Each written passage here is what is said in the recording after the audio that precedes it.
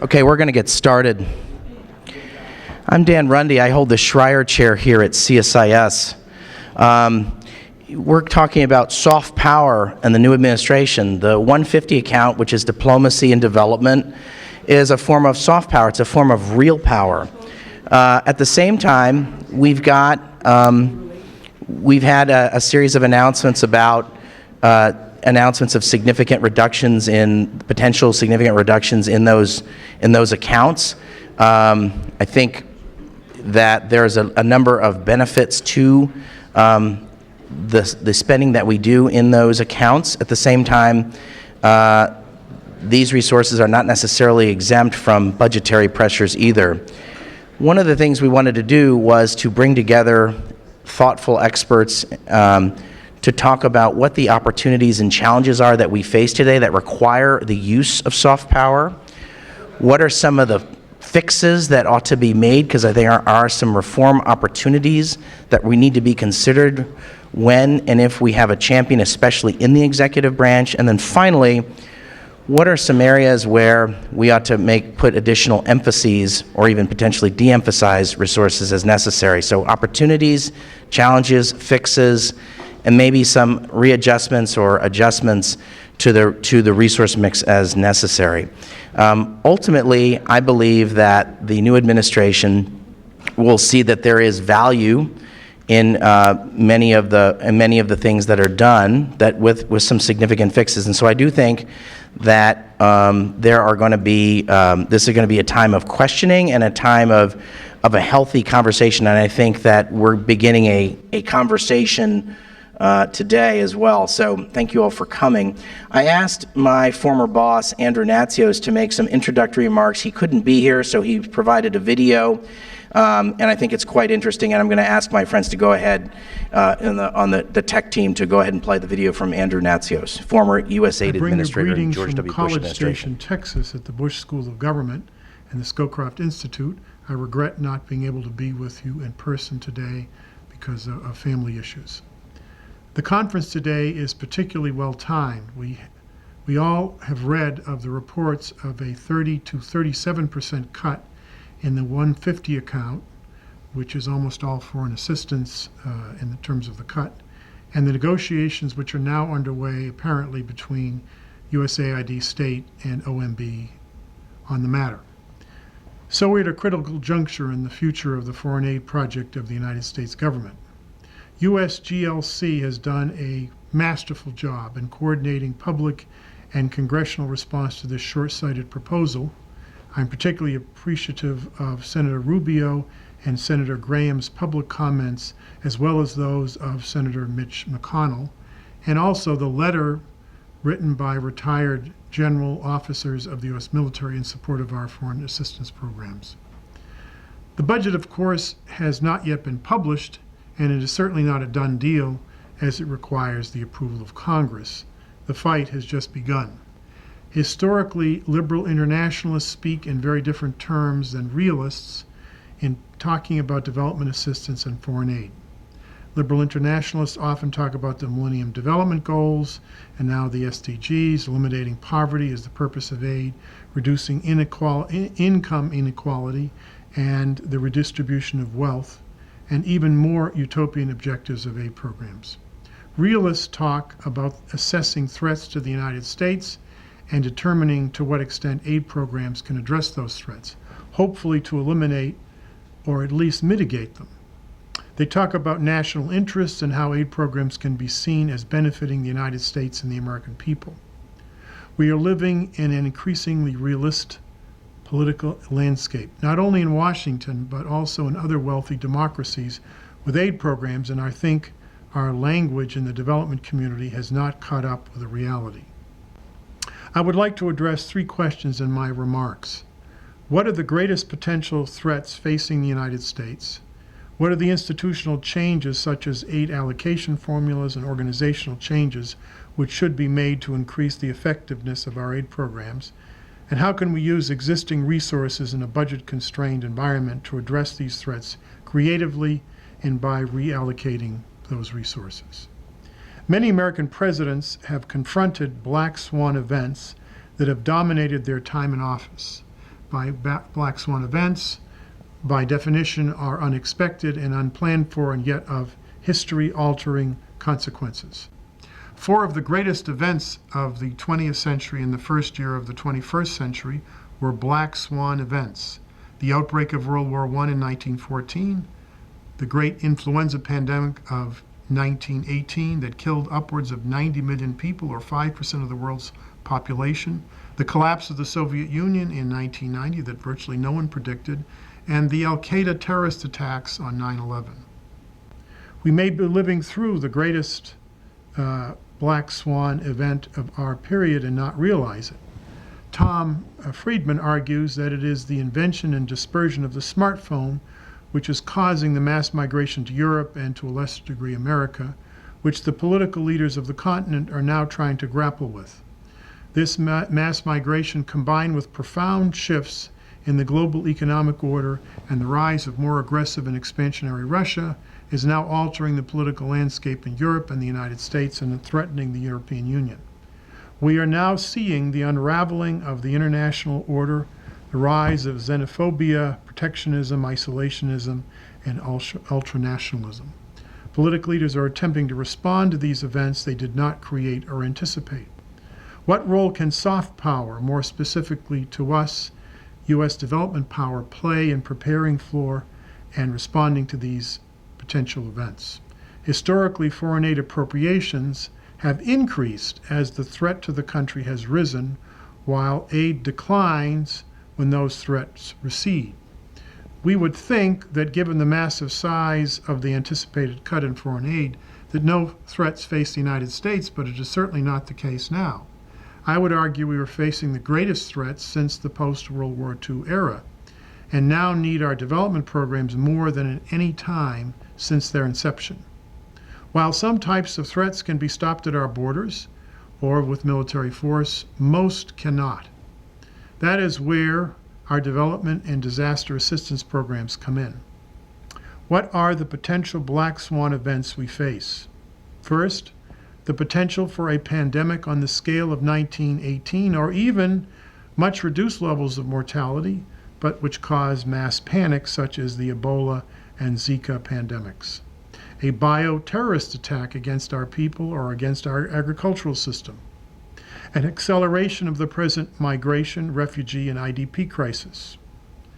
A disruption of the world food supply, causing food insecurity and famine or political upheaval, such as we saw in the Arab world when price increases went up in 2009 and 2010.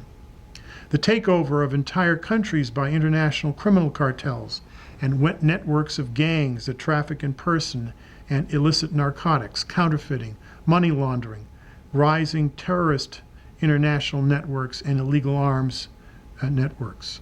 There are at least 5 developing countries where this is happening today.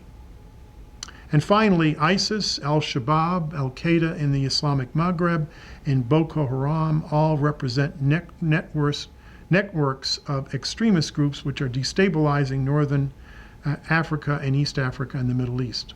All of these threats are given sanctuary in and by fragile and failing states which are rising in number and significance. Fragile and failing states remain one of the most serious national security threats facing the United States. Building robust, legitimate, and resilient public and private institutions in developing countries which can meet these challenges without collapsing should be the central mission of our aid programs. That is in the interest of the people in the developing world, and it is in interest of the people in the developed world alike. It is a shared interest of profound importance. We should all know by now that competent and decent and just governance has been and is the central development issue of our time. We have 3 great challenges in carrying out this institution-building mission right now. First, it has limited popular and political support or appeal or understanding in the United States. That is, it's difficult to explain it. It does not photograph well and is not easily measured. Secondly, it requires patience and a long time horizon, as all of us know. And it requires capable and visionary local leaders as partners, which sometimes we do not have. These challenges also require increases in funding, which are unlikely to get we are unlikely to get any time soon. In fact, we will be fortunate to keep our current funding levels. I would count it a great victory to hold the budget cuts to our aid programs to a 5% reduction. We will have to reallocate the limited resources we have at our disposal if we can protect them from these draconian cuts to address these new challenges. For example, the President Bush and President Obama's HIV/AIDS program serves more than 11 million people and has saved their lives from certain death, as there is no cure or vaccine for HIV/AIDS. It is always fatal. The program is a great credit to the United States and American people and has shown our moral and humanitarian principles. It has cost, thus far, over $60 billion since its inception. Under President Obama, USAID and CDC has begun the process of turning over these programs to be run by the countries themselves with some technical limited support from donor governments. That process should be accelerated, and some of those funds be used to build national networks of health clinics in the same poor and fragile states to monitor and treat all infectious disease generally, but specifically to detect and address the risk of future pandemics. Here is another example of the reallocation of aid resources given the threat of food insecurity in the future. The Consultative Group on International Agricultural Research was created by Dr. Norman Borlaug and his colleagues, the World Bank and USAID, to institutionalize the Green Revolution in the late 1960s by breeding new food-producing seed varieties. In fact, he did some of that work here at Texas A&M and the agriculture school across the street. The CGIAR still exists, but it's facing major cutbacks, and some of the centers have been closed. It certainly has its own internal governance and operational problems that should be addressed, but a reformed and refinanced CGIAR could provide the world the institutions needed to protect the food supply of the countries of the world. The Trump administration should consider reallocating some funds from the USAID Feed the Future initiative to be used to finance and save the CGIAR and pursue these needed reforms and expanded mission. A second issue I would like to address is the need for reform of our aid organizational structures and allocation formulas. As you are aware, Brian Atwood and I have published an article in Foreign Affairs just a few months ago online arguing for an independent Department of International Development. We stand strongly behind the article, but it does not appear to be the blueprint for what the Trump administration is considering. But I would say that rather than repeat what's in that article, that I would just add a few comments. Some argue we should move parts of USAID into state and the rest of the MCC. CSIS has published an important new report on the future of the MCC as a model for aid programming. The report should be widely read, as it shows a much-needed and refined understanding of foreign aid management and policy issues. The MCC should be protected, and most importantly because it responds to a country-led demand for more development funding for infrastructure than we currently provide, either through the IFIs, the International Financial Institutions, or bilateral aid agencies. Since its founding, MCC countries have chosen to use 55% of their compact funding for infrastructure, and because other aid donor agencies don't provide that funding, because of opposition from many NGOs, some environmental groups, this program has become the de facto infrastructure program of our aid agency, our U.S. government. Speaker Ryan and other Republican leaders have proposed moving USAID's development assistance to the MCC. The Heritage Foundation has proposed moving the rest of USAID to the State Department. I might add, a similar proposal was made by and enforced in the late 1990s by the Senate to move the public diplomacy function to the State Department. We know how that turned out, not too well. For many Republicans, the performance-based model of the MCC is a great innovation which should be applied to all aid programs. Performance-based systems for aid allocation make sense if the sector earmarks that make up virtually the entire aid and state budget are all abolished, and all aid programs are designed in country. Health programs and humanitarian assistance make up 50% of the entire U.S. government's aid program.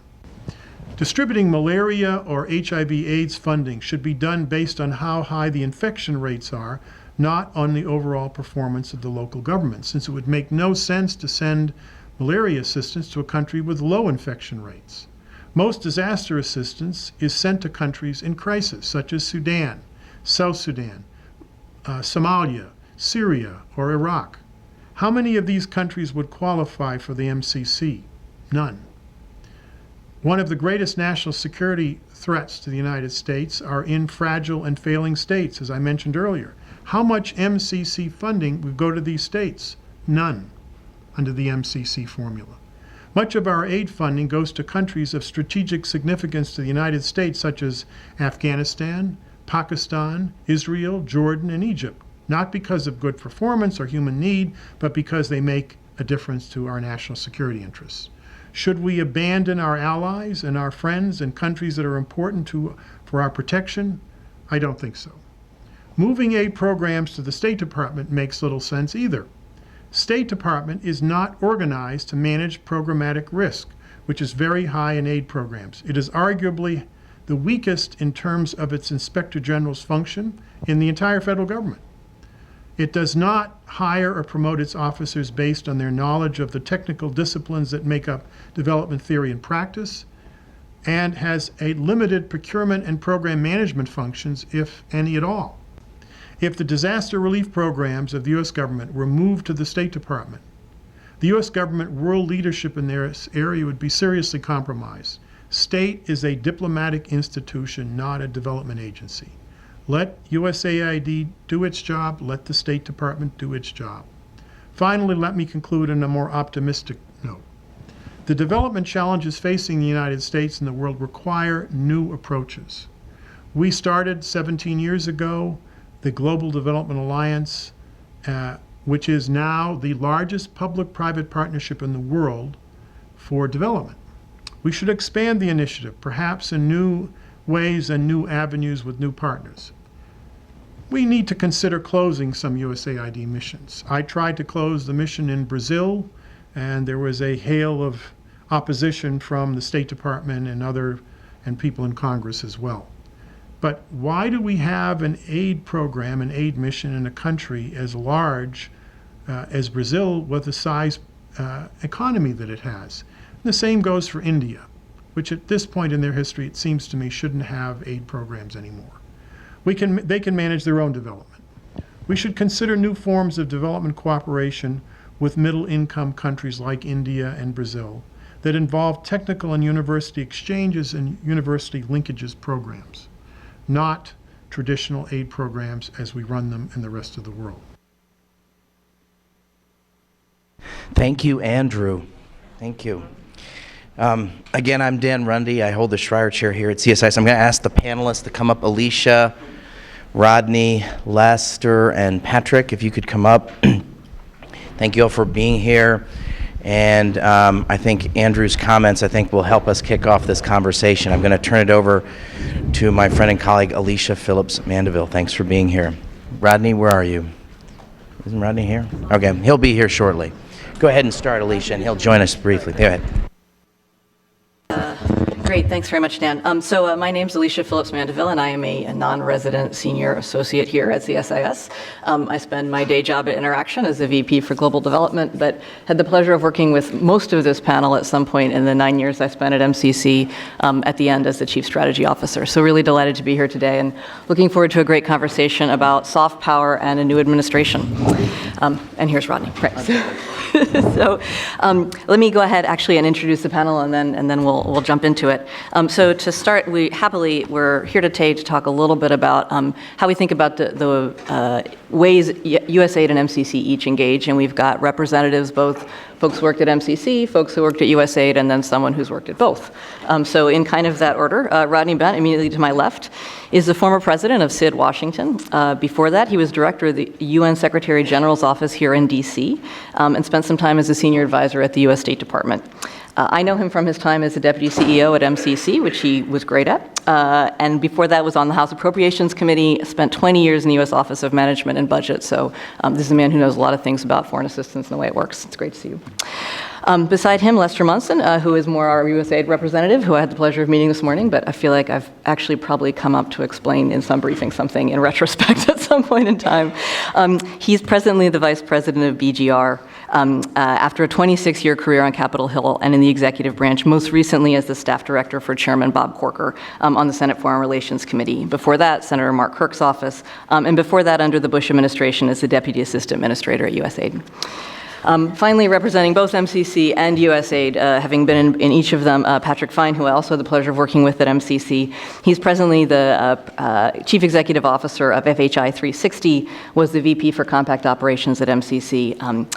Before then, Senior VP for Global Learning at the Academy for Educational Development, spent time in USAID's Senior Foreign Service as Deputy Assistant Administrator for the Africa Bureau, as well as Mission Director in Afghanistan. So there's a lot of experience on this panel, and we will jump right into it with that start.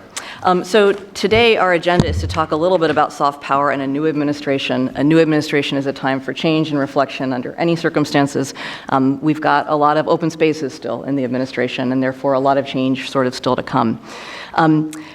Personally, I like I think it's a good place to start. I'm an economist by background. I like the metaphor of thinking about how does a market work? And if we think about foreign assistance in a market, we know that there's no single market where one company provides all of the goods that somebody needs to buy.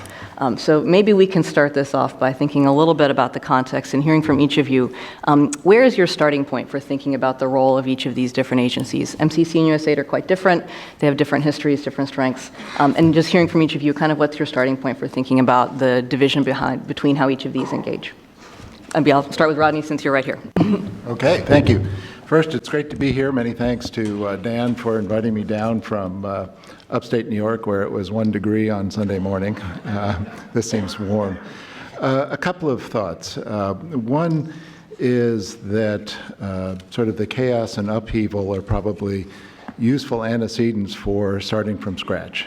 If you were to build an aid organization or organizations, what would you do and how would you do it? I think if I were working at what I would call the Bretton Woods institutions, I would feel, meaning the IMF, the World Bank, the regional development banks, the UN, I would probably be the most uncertain about what's going on. If I were working at state or aid, I'd be incredibly uncertain, largely because it's not so much the funding cuts, it's the indifference. It's the, if you don't appoint good people, then the agencies essentially wither in some sense. All of that means that it's a useful time to think about, well, what's important? If we wanted to solve problems, what would we do?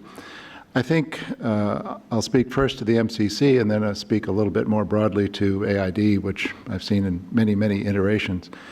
The MCC, I think, was useful innovation. It's one of those things where I think Dan's, or the paper, the CSIS paper, is useful starting point in the sense that you can think about, well, what was the MCC created to do? It was created to promote economic growth through poverty reduction, looking at evidence-based criteria.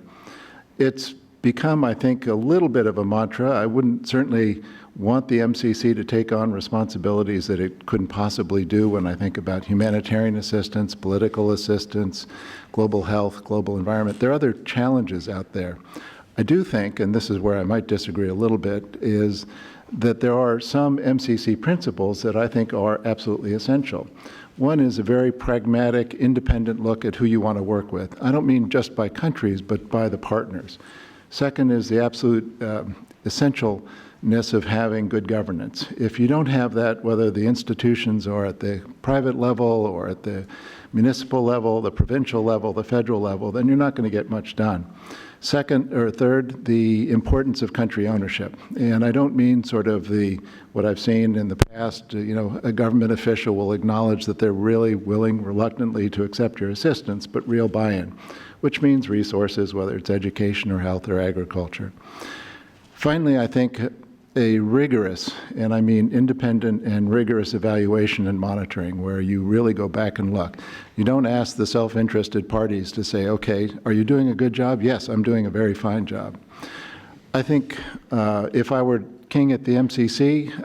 I think it's probably time to reevaluate whether, it certainly would think about doing regional compacts, but I think you have to change the income criteria. I think you need to go below the subnational level. I think you need to spend some time thinking about how you could do compacts with private sector, with institutions. There's nothing, I was part of the design group of the MCC back at OMB in 2002, and I can say there's nothing magical about 5 years. There's nothing magical about compacts. There's nothing magical about just working with federal governments. I would sort of step away from those constraints, and I would think about, okay, if you could do again what you want to do, promote economic growth, reduce poverty, how would you do it? Now, turning a little bit to AID, and I'm going to be somewhat inflammatory here, the traditional modus of AID, I think, has been give us the money and we'll tell you how you should spend it. As Les was saying this morning, that's very unpopular on the Hill. You know, the Hill, and I was once an appropriations staffer. You want to see tangible things that you're doing. You do not want to give flexibility to aid field staff. You don't know what they're going to do with it. You don't know how it feeds, you know, the bulldogs that are important to you, whether it's hospital buildings or school buildings or whatever. So I think the mantra, and I'll let Patrick talk to this a little bit, is that the aid mission director will tell you how he can best feel or solve the problems in a country is sort of, it probably isn't going to, that bulldog won't, or that dog won't hunt in this current environment. When you've got a lot of resources, you can splash them around to different areas, and you can think about satisficing among all the groups. I think whatever the Trump budget, and I'm sure it'll be devastating cuts, and I'm equally sure that they won't all be implemented, given what Corker and Rubio and McConnell and Lindsey Graham and others have said. But that doesn't mean that there will be enough resources to do all the things that people want to do. And that requires some tough choices. Well, who will make those choices? I think the problem at the moment is, you know, there's nobody in the phone booth. There's no Superman there. There's nobody answering the phone. If it's just Rex Tillerson at State, then you don't really have answers to the thousands of questions that come up every day. I'll stop on that depressing note. Thank you. A couple of quick thoughts. One, I've never heard Andrew Natsios be that quiet before. Yeah. So CSIS is truly a powerful and important organization to be able to keep his volume so low. Also, I'm very impressed by the building here. I've made this remark before. I think Trump would be very at home here. There's a lot of marble, a little bit of gold. This might be a good place for him to kind of come and discuss his vision of the international affairs budget at some point. I think he'd feel comfortable here. I'll be quick on the substance. I think we should be hyper aware of the fact that as Rodney referenced, there's a lot of challenges right now. We're looking at a budget cut, probably not as severe as what's been discussed because Congress will moderate that. We're looking at a dearth of personnel appointments in state and at USAID. There's rumors of AID being merged back into state that seem to be more prevalent day by day. And I think we're also looking at a real lack of any kind of articulated strategy from the administration on what they want to do with the 150 account. And that, at the end of the day, may be the most important thing, because all of our discussions should be pointing towards having a real engagement and a conversation between the administration and, most importantly, Congress about how to spend the limited resources of the 150 account in an intelligent way.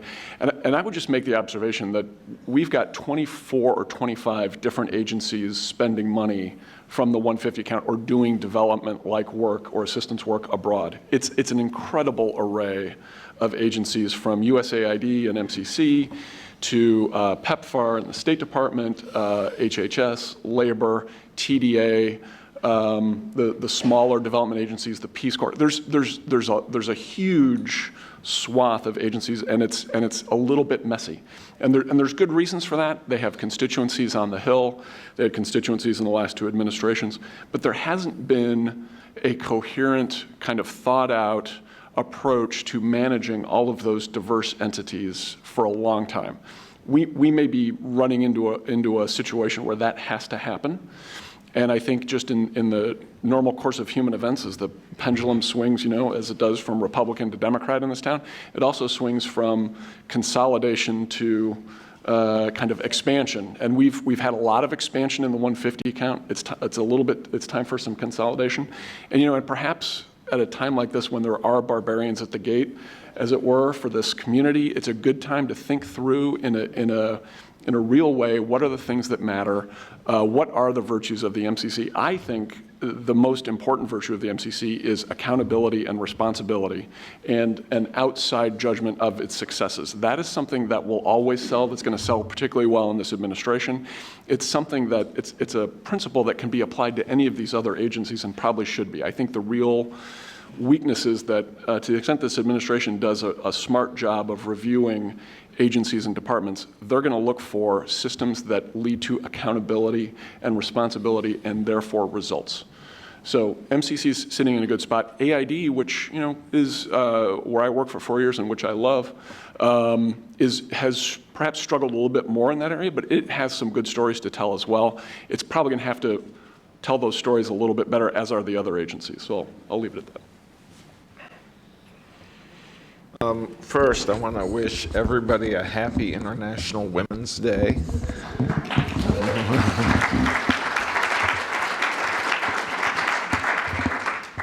Second, it's humbling to see so many former colleagues and people who are deeply knowledgeable of these issues and have played important roles in the development of U.S. foreign assistance. Ambassador Jacobs, it's nice to see you, and you've done great work with facilitating effective development programs in Africa. So I want to start with a comment that you made, Les, about right now there's a lack of strategy or vision for how the U.S. uses soft power. And that's a fundamental and very troubling concern that I see, because soft power is important. It is important to our national interests. And in order for us to use it effectively, we need to have multiple tools. USAID is a tool, MCC is a tool, and we've got many other tools that we also use, both in terms of specific agencies like state or CDC, OGAC within state, the office that manages PEPFAR. So you've got many different tools that the U.S. government uses, which it needs. And the idea that there should be just one tool is ill-informed and counterproductive. Then when I think about USAID and MCC in particular, I think of the origin story of MCC. And I think part of the problem we have right now goes back to that origin story, because the origin story of MCC is that it was an alternative to USAID, and it was a modern approach to USAID. And when I worked at MCC, I used to say, yeah, this is a modern approach to foreign assistance, because it has a very different business model. But the reality is, and I think in the beginning, people at MCC were imbued with that sense of, we're doing something new and different and innovative, and it's an alternative to the old stuff that the U.S. has done. But what became clear to the folks at MCC and to anybody who's worked in development is that MCC was never an alternative to USAID. It was always complementary of USAID. It was always another tool in the U.S. government's toolbox for projecting soft power and for advancing U.S. interests. And as we got more experience with using the MCC model, it became clearer and clearer where it was appropriate and how that complementary mix worked, and how you could use MCC to reinforce USAID work and use USAID to reinforce MCC work and get a better result in the end, both for the countries that we were partnering with and for ourselves in terms of advancing our own interests. So I think that notion of complementarity is super important. Rodney, to your comment about revising the MCC model, I agree that there are aspects that, nothing is sacrosanct, and we should be objective and courageous in looking and seeing what can be done better. And something like allowing for compacts to be regional in nature, that just reflects economic realities. So you can make a strong objective case.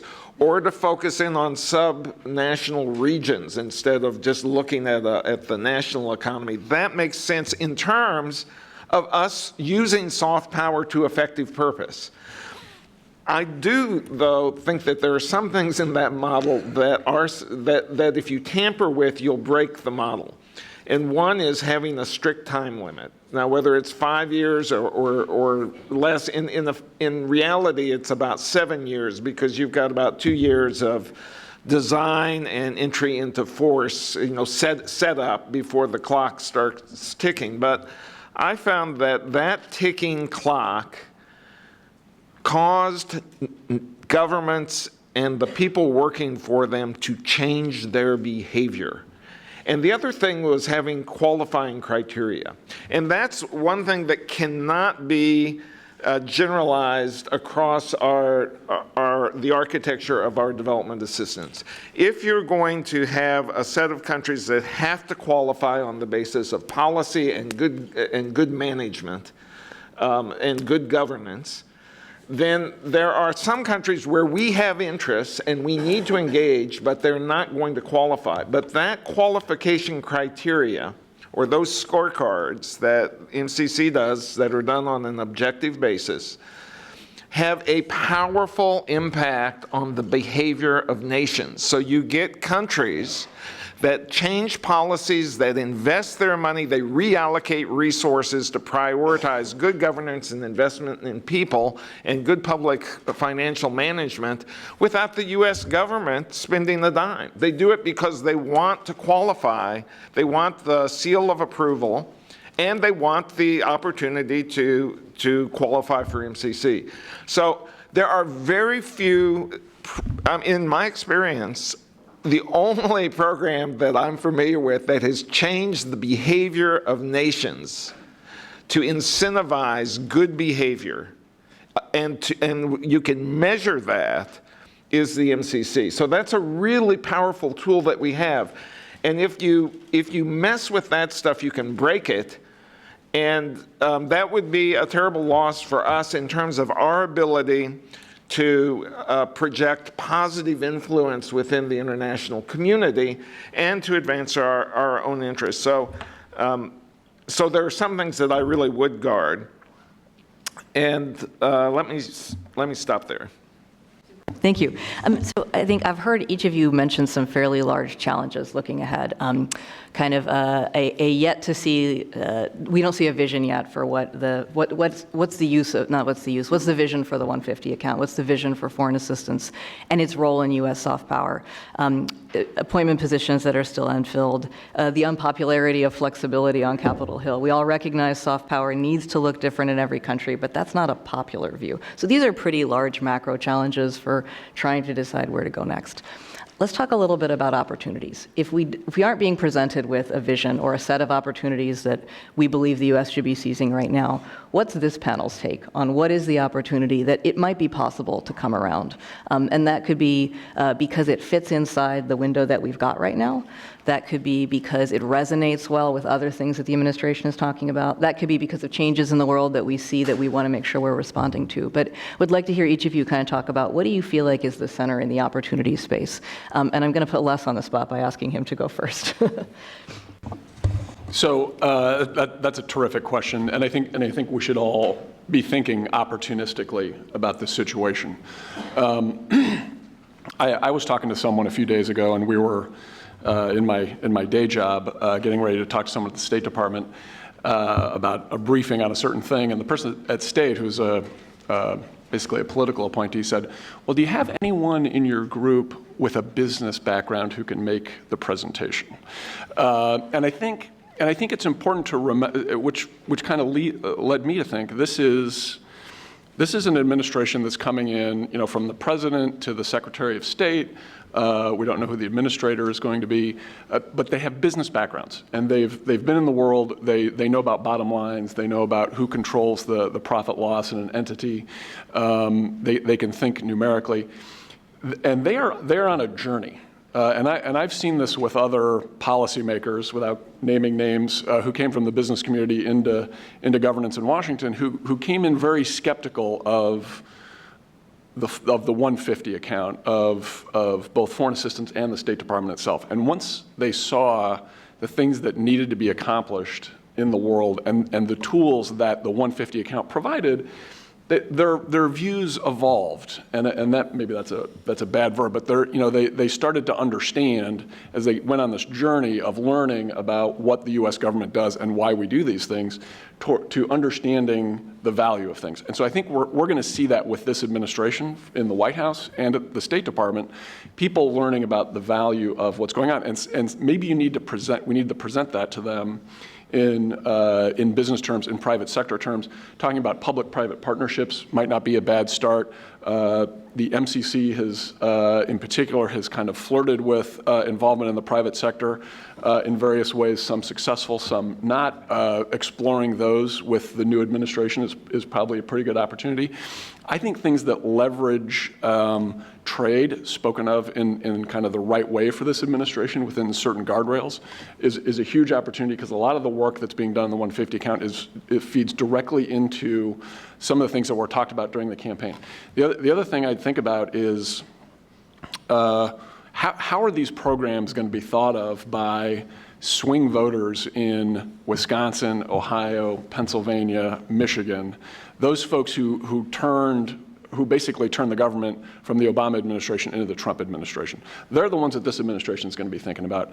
Everyone in the cabinet is going to be thinking about it. They do have a focus on these folks. So how do you explain to folks who are working in a factory, maybe now non-union factory up in Michigan, how the 150 count is going to benefit them? Is there something that they're making that they're going to be able to sell more of because of something the 150 account is doing? That's another huge, huge opportunity for us. Sort of a business market economic orientation as a hub. Rodney, your thoughts? Gosh, I was hoping you'd pick on Patrick so I'd have a few more minutes to collect my thoughts. I think Les is absolutely right. Figuring out a way to communicate effectively in a business approach. Some part of that is, well, what's the business plan? Who's the audience? Who are you marketing to? What do you want to achieve?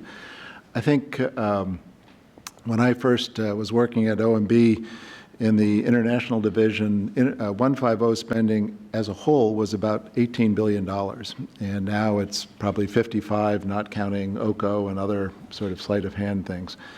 That is a huge increase. And so in some sense, I think the pendulum is coming back in terms of resources. When Secretary Clinton, and I worked for her for 6 months, came in, one of her agendas was the QDDR and increasing the number of foreign service officers by 25%. I thought that was a mistake in the sense of, well, what do you want these people to do? I mean, what's your agenda? What's your strategy? I think if I were thinking about how to come back to something that would speak to a factory worker in Michigan, it would be along the lines of, you need to have a much more robust set of relationships with a wide variety of actors that is a different model, in the sense it's not public-private in which the public puts up, takes the risks and puts up some money. It's understanding exactly, well, what needs to be done to promote economic growth, to promote trade. I think that there is a moral element, a humanitarian element that does, in fact, sway people. One reason PEPFAR was so popular, I think, for a while is you could point to 11 million people who were saved because of it. I think the challenges coming forth in terms of global pandemics, in terms of climate change, the bilateral institutions aren't really equipped to take on these things. I think what has intrigued me a little bit about the discussion this morning is that it's all been bilateral assistance. We haven't really talked about the World Bank or the IMF or the UN. And in some measure, I think they've been bifurcated. And some of it, I used to work at Treasury. some of it is just, the State Department doesn't think about it because it's not theirs. But I think some of the answers have to be framed and couched in a different way, approaching these institutions as well as the bilateral ones. I think coming up with one reason that I think MCC was popular, and Patrick's absolutely right, the 5 years was an artificial thing, and we kind of jimmied it a little bit, and it was 2 years here and 2 years there, and then it's probably maybe even closer to 9 years. But it was a reaction to the frustration of aid programs that started and never seemed to go anywhere. They would go and they would go and they would go until some external event would force the closure either of the country or the problem. And I think part of AID's challenge is, yes, development is a long-term business, but you can't approach it as though you've got an investor who's willing to spend 25 years waiting for something to happen. You really have to go into it, again, with the business mindset of, this is what this program is going to do. Here's what the other investments and the other partners are willing to do. Here's how we're going to measure success. That's a very different mindset than what I'd call people who go to the field, they see whether it's population or gender or education or agriculture, all of which are clearly major problems. But you could spend 50 or 70 years working on those kinds of problems. And that's not very satisfying to the factory worker in Michigan who wants to know, okay, my Harley-Davidson plant, if it's Wisconsin, is now going to sell 30,000 more hogs to Mexico. But that's a relationship that I think state and aid should really be appreciating, articulating, laying out. I think one dilemma, and I vividly remember when Raj Shah was head of AID, and he was trying to say, well, taking risks means sometimes having failures. And I think it was Rosa DeLauro from Connecticut saying, nope, can't admit of any failure. So what does this lead? It leads to internal lying. So, the budget documents that go out, they have words like support, enhance. You never know really what's being done and who's doing it and how people judge it. I think in the long run, that does a terrible disservice because people don't know what the hell you're doing. They don't know what the hell you're doing. Why should they support you in doing it? So that is, I think, an internal cultural problem that people are going to have in this government, particularly at state, particularly at AID. And so I perhaps unfairly say Patrick for the end, partly because we traveled to Malawi once together, and it's a 36-hour flight one way, or trip one way, so you spend a lot of time talking in a trip. And I know we've had, and actually possibly even with the ambassador here, conversations about the idea that, we heard a business case argument and kind of an efficiency case, like what can you do that's efficient and finish. Many of the things that we do with our foreign assistance are that really enhance our soft power are things that seize the imagination of a population. I remember a trip to Niamey where it was explained to me by multiple people, not in government, that bridge across the river is the only thing that connects the two sides of the capital, and they just call it the bridge built by the Americans. And that's a kind of an element of soft power that's really powerful, but hard to make a business case for, and hard to make an efficiency case for. I mean, I guess a bridge is good, but. So I'm curious to hear your sense of the opportunities that should be seized, but thinking a little bit, I'm also curious about your perspective on, particularly on the things that it's harder to make a business case for, because the soft power returns are measured in a different way. Okay. When you think about opportunities, the first part of this conversation was about institutions. But the opportunities are really more at the programmatic level. And there are tremendous opportunities out there right now. For example, with exponential technology. So you've got technology that is changing the face of societies in positive ways. Things like mobile money. Now teachers and nurses in remote rural areas where there's no banking system are able to get paid with mobile money, and it makes their lives easier, it improves their ability to deliver services. It's a transformative change, and you've got a variety of these exponential technologies, e-learning, e-health, that are huge opportunities, both in terms of reducing poverty and creating opportunity for people to be productive, to live productive lives, and opportunities for us as a nation to interact with other countries.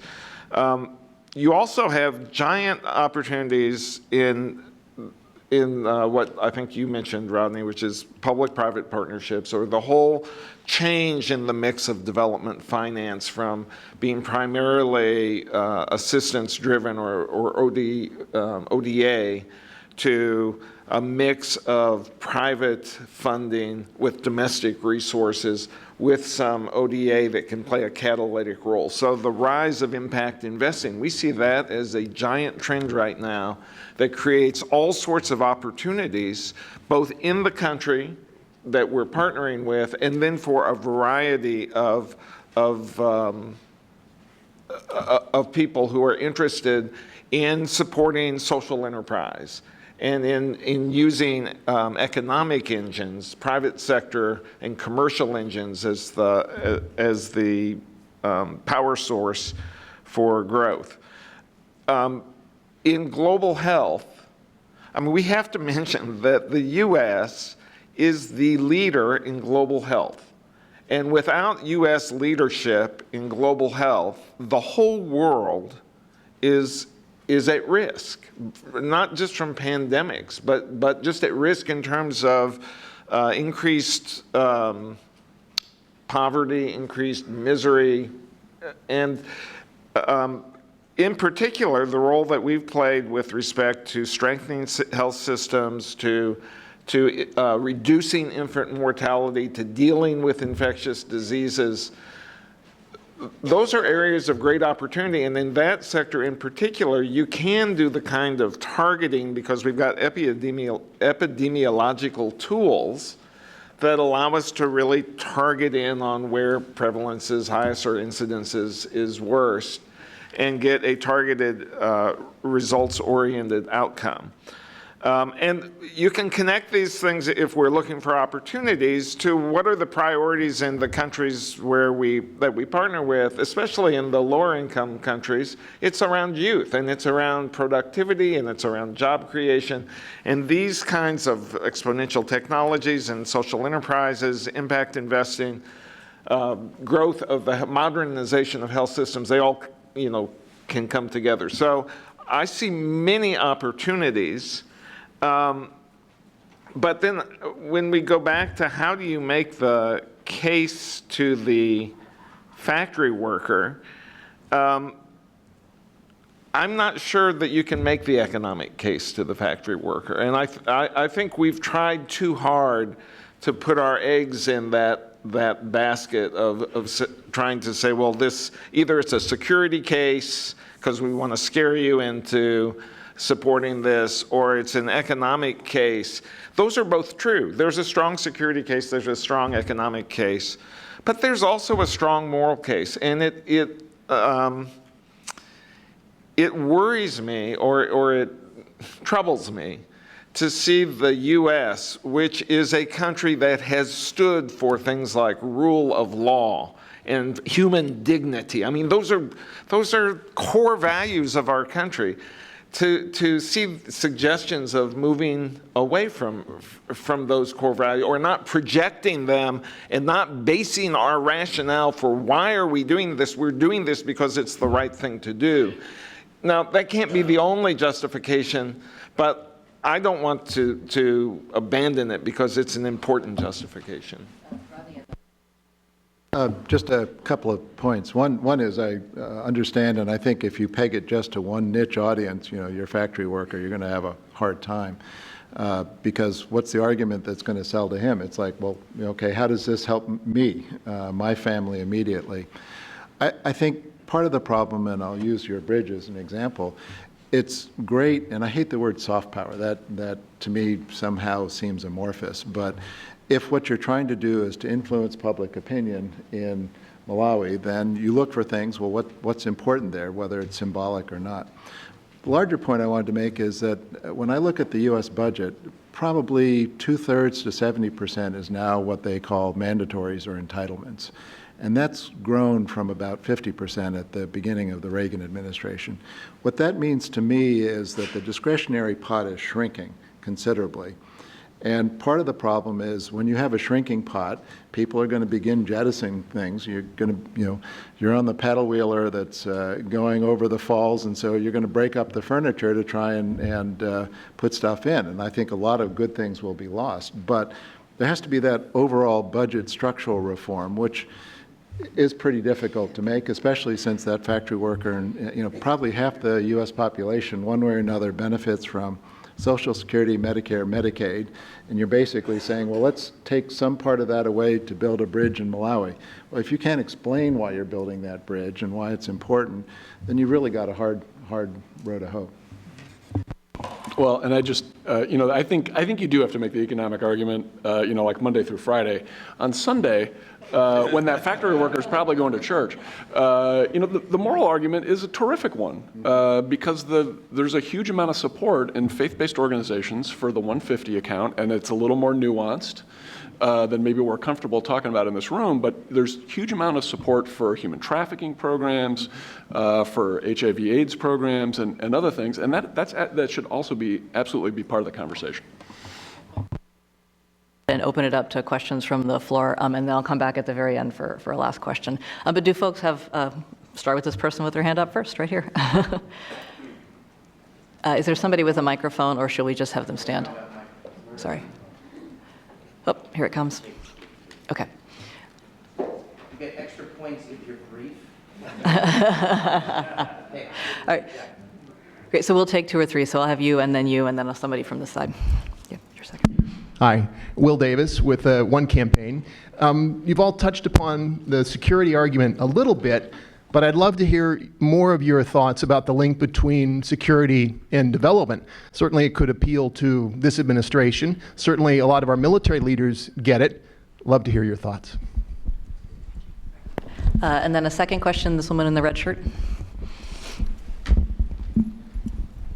My name is Deirdre Lepin. I'm formerly a UN and AID employee. I'm currently a consultant on international development, working mainly in Africa. I think that the argument that could be made to this administration could be taken largely from CSR arguments, corporate social responsibility. Now, Rex Tillerson, although he comes from a company that's not the top of the list in CSR, is certainly not at the bottom, and he has voiced some very positive things about PEPFAR and other programs. So I would say that the development case is really the business case for anyone looking through this lens. And in that sense, you could say that development creates an enabling environment for business, that development offers entry points for business, that it adds value to reputation for business, and it could easily serve the same function for our country. Great. All right. Thank you. And then maybe one more from this side of the room.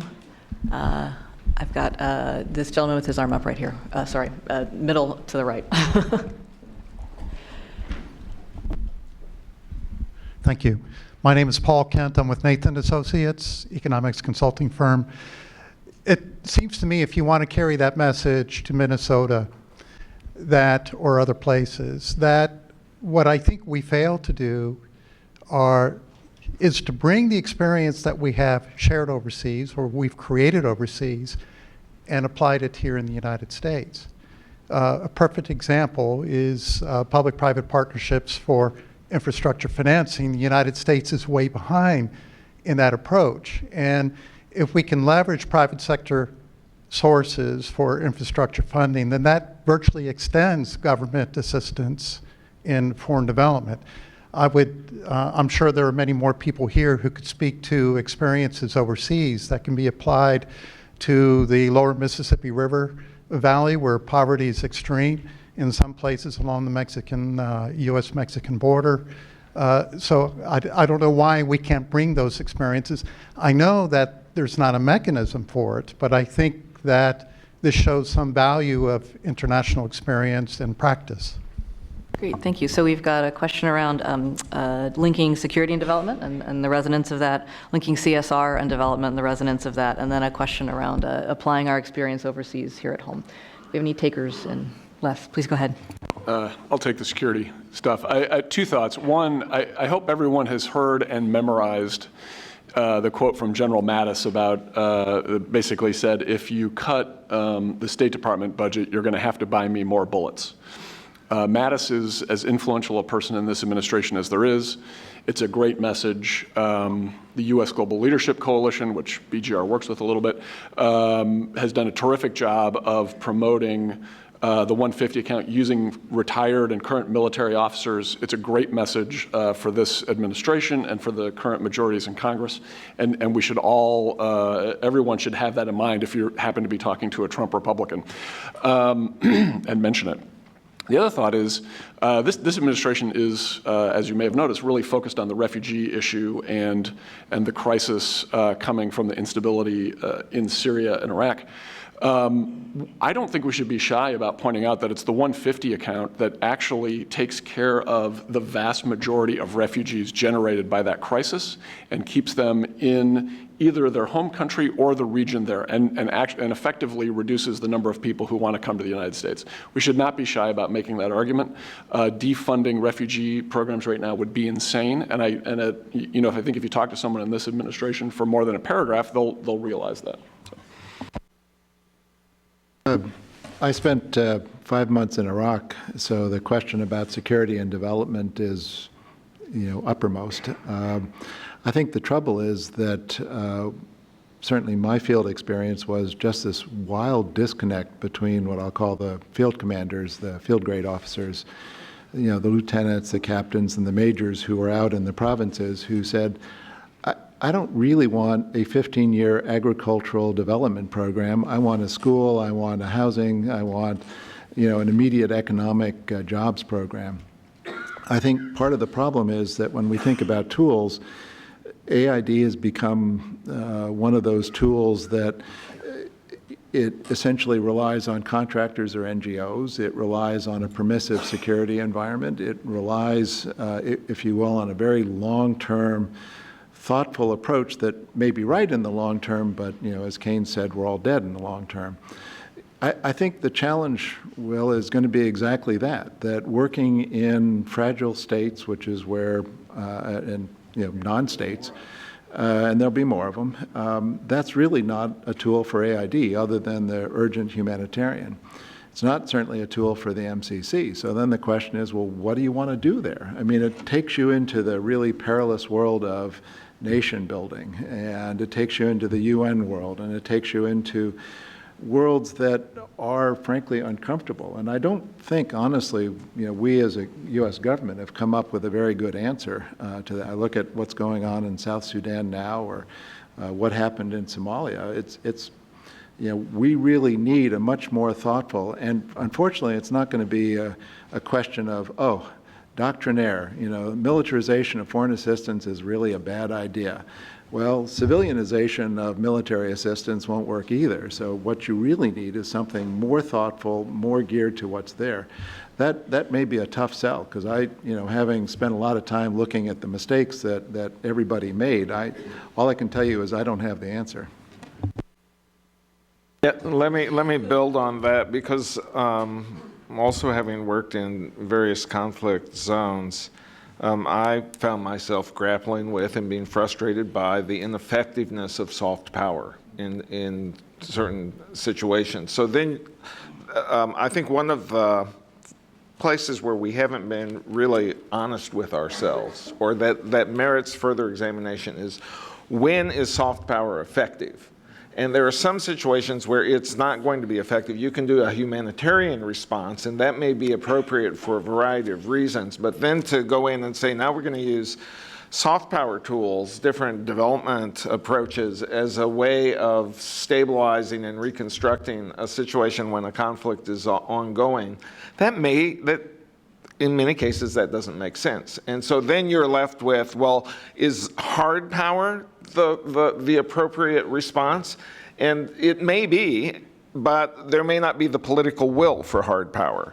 So then you're left with doing nothing. And I think that we in the development community don't want to acknowledge that there are times when it's better to do nothing.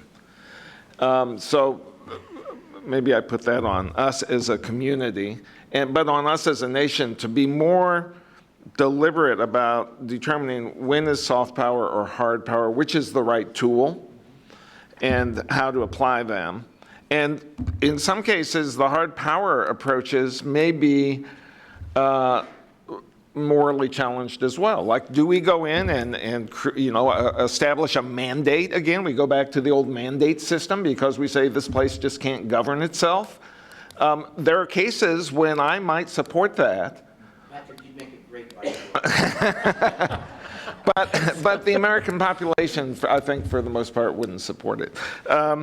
Let me just say on U.S. domestic lessons from, can we take what we learn in our practice overseas and apply it here? Yes, we can. And at FHI 360, we have both international programs and U.S. domestic programs. And we do a fair amount of sharing where we take things around civil society strengthening, for example, that worked very well in countries overseas. And we took those methodologies and we used them in North Dakota to work with the Department of Education and the governor's office to think about how do they deal with when the oil business was burgeoning there and you had all these people flooding in. And the state couldn't keep up with providing education services to these growing populations. How do you work with communities to have community-led responses? And we used the playbook that we learned overseas. So there definitely are opportunities and examples to do that. In our soft power panel, we've got hard power viceroys and North Dakota so far in our answers. Could I take other questions, please? This woman here in the glasses. Linda Nemec with Nathan. I grew up north of Pittsburgh in one of the abandoned steel towns and happened to organize my reunion this past year and got an earful. And nobody seemed really against international development. It was the loss of manufacturing jobs, which started back in the 1980s. And I think we've done a very poor job of explaining, well, first of all, preparing for that. I mean, you could see that coming. But also, figuring out how do we as international development professionals make the economic argument, but I think we have to be careful about trade. So my question to you is, how should we as development professionals deal with the subject of trade so that it gets to the point that Rodney made, that it's an economic argument back to the folks in Wisconsin, Pennsylvania, et cetera? And then I saw another question in the very back corner, gentleman in a purple shirt.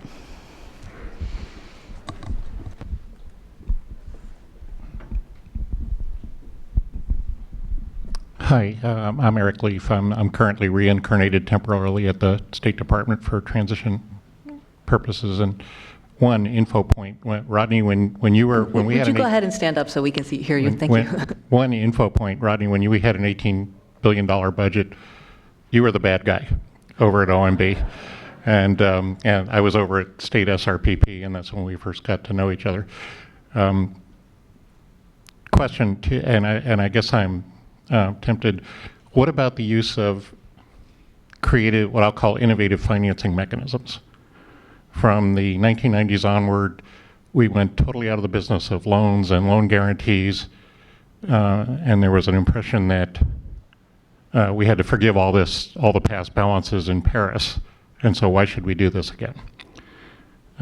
Info point one, most of what we forgave in Paris was EXIM and OPIC loans. Point two, those loans didn't go unpaid because loans were bad. We made bad loans for political reasons. What do people think about the expanded use of innovative financing mechanisms like Development Credit Authority, which I know Raj Shah tried to expand significantly? How does that play into our repertoire? Thank you. So we've got a question on how development professionals can talk about trade a question about thinking through innovative financing mechanisms and lessons from before. And I'm looking at the clock and realizing we've got 7-8 minutes left. I'm also going to use the moderator's prerogative and recognize it is International Women's Day. And there's a good bit of research about the fact that women's presence in the workforce, presence in the economy is a major part of economic growth. IMF has published a lot on it. It's a major part of growth in many of the countries our foreign assistance goes to. So would add as my question into the mix, what advice or kind of observations you would give to USAID or MCC as they think about pursuing their role going forward in development from that perspective, the role of gender in economic growth. All right, those are the last 3 questions, I think, across the board, and I'll take answers as we go and think about these as your closing comments. Okay, I'll jump in. I think one of the interesting parts is sort of the focus on manufacturing jobs as opposed to employment. And I think one of the issues that Trump has is, frankly, an IT software engineer who makes, $150,000 a year that's a pretty darn good job as opposed to a manufacturing job of $60,000.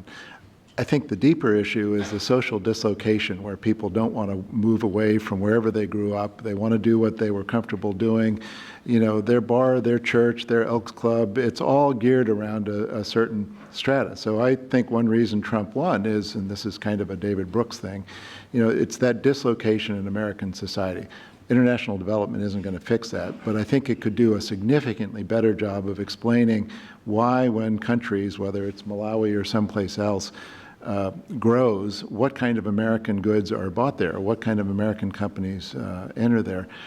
I'm sorry, there was a second, Eric's question about development. I think I was briefly a banker doing project finance a long time ago, and what struck me is that the government is spectacularly ill-equipped to do project finance.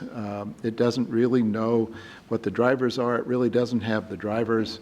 John Wasilewski is smiling back there because we worked a little bit on the Development Credit Authority. I don't think you need new gussied up authorities. I think you need just a different framework in which you're looking at things to do it. And it might well be that the U.S. government assistance is not a loan guarantee or a direct credit. It's sitting down there saying, well, the partner that you're working with might be working with is under investigation. Here's what the locals say about him. Here's what's going on. Very different role. On trade, I think it's whoever asked that question, you're entirely correct. It's difficult. It's a difficult issue, very sensitive right now. And I think the administration and Congress are still sorting out their exact relationship on trade because they're coming from different places, not sure where they're going to meet. But it's not. Again, it goes to kind of the refugee and migration issue. We're not seeing a lot of migration from Mexico to the United States right now. We're seeing it from Central America, and we've got a pretty good trade relationship, and you want to be careful how you characterize this, with Mexico, where there's some real economic growth happening. People aren't coming to the United States. In Central America, it's a different story. So again, you have to have a nuanced argument about the concerns of this administration and the people who voted for it about what they're seeing in their communities. Because some of the stuff that we do, if we can talk about genuine economic growth in Central America, they're going to, at a certain point, they're going to realize that means a change in their communities. And then as far as the women argument goes, I think it's going to be an interesting challenge for this administration, which is has not really said much about promoting U.S. values abroad. And it's really a values argument and a cultural question. The conversation from the administration has been more about interests. So I think we would have to build in gender equity into an interest conversation, and maybe there's certain messengers in the administration who can do that. The president's daughter leaps to mind, who's shown some action and advocacy in related issues. I don't think it's a foregone conclusion that it won't happen in this administration, but I think it has to be done in a very targeted and smart way. Wow. Got to talk about women. I was going to say, in some sense, it's got to be woven into every project that you do. I mean, if 70% of the farmers in Africa are women, that tells you what you're dealing with. I think, frankly, one of the larger problems is what I'll call market segmentation by groups. And so if people talk about women's programs as opposed to an economic development program, well, what is that in some measure? If you say, look, 70% of the farmers are women, 80% of the co-ops involve women-owned co-ops. That's a very different conversation, but you're talking about agriculture. So I'd say it's there. It's so basic. It's so fundamental. But identifying it as a gender issue, I think, is a little bit of a disservice because it's not, it's somehow, oh, well, that's, doing something for a special group as opposed to, no, it's core. It's fundamental. Well, I agree with these, with the comments that Rodney and Les have made. And on trade, I mean, I confess, I think trade is a good thing. and I think that, we've argued that countries need to expand their export economies in order to prosper, and that if other countries prosper, then that is good for us, and it's good for the international community. And I haven't seen any real evidence to refute that. In fact, I see a lot of evidence that supports that. So even though I agree with that has combined with other trends like the growth of technology to create dislocation in our country, I just think it's ill advised to step away from the notion that we're better off in a prosperous world community, and trade is a part of that. And I think we should defend that. On innovative finance, I think innovative finance, it's happening. So that's a fact of life, and it's going to shape development. And the question is, what's the public role? I think we could modernize like an OPIC and give it a loan authority, but, give it equity authority. But I think that mostly the private sector is gonna do the job. So I think it's less important what the public role is, it's what the private role is. And gender and women, this is Women's Day. It's fundamental. I just agree with what my colleagues have said. Thanks for coming to work today. Thanks.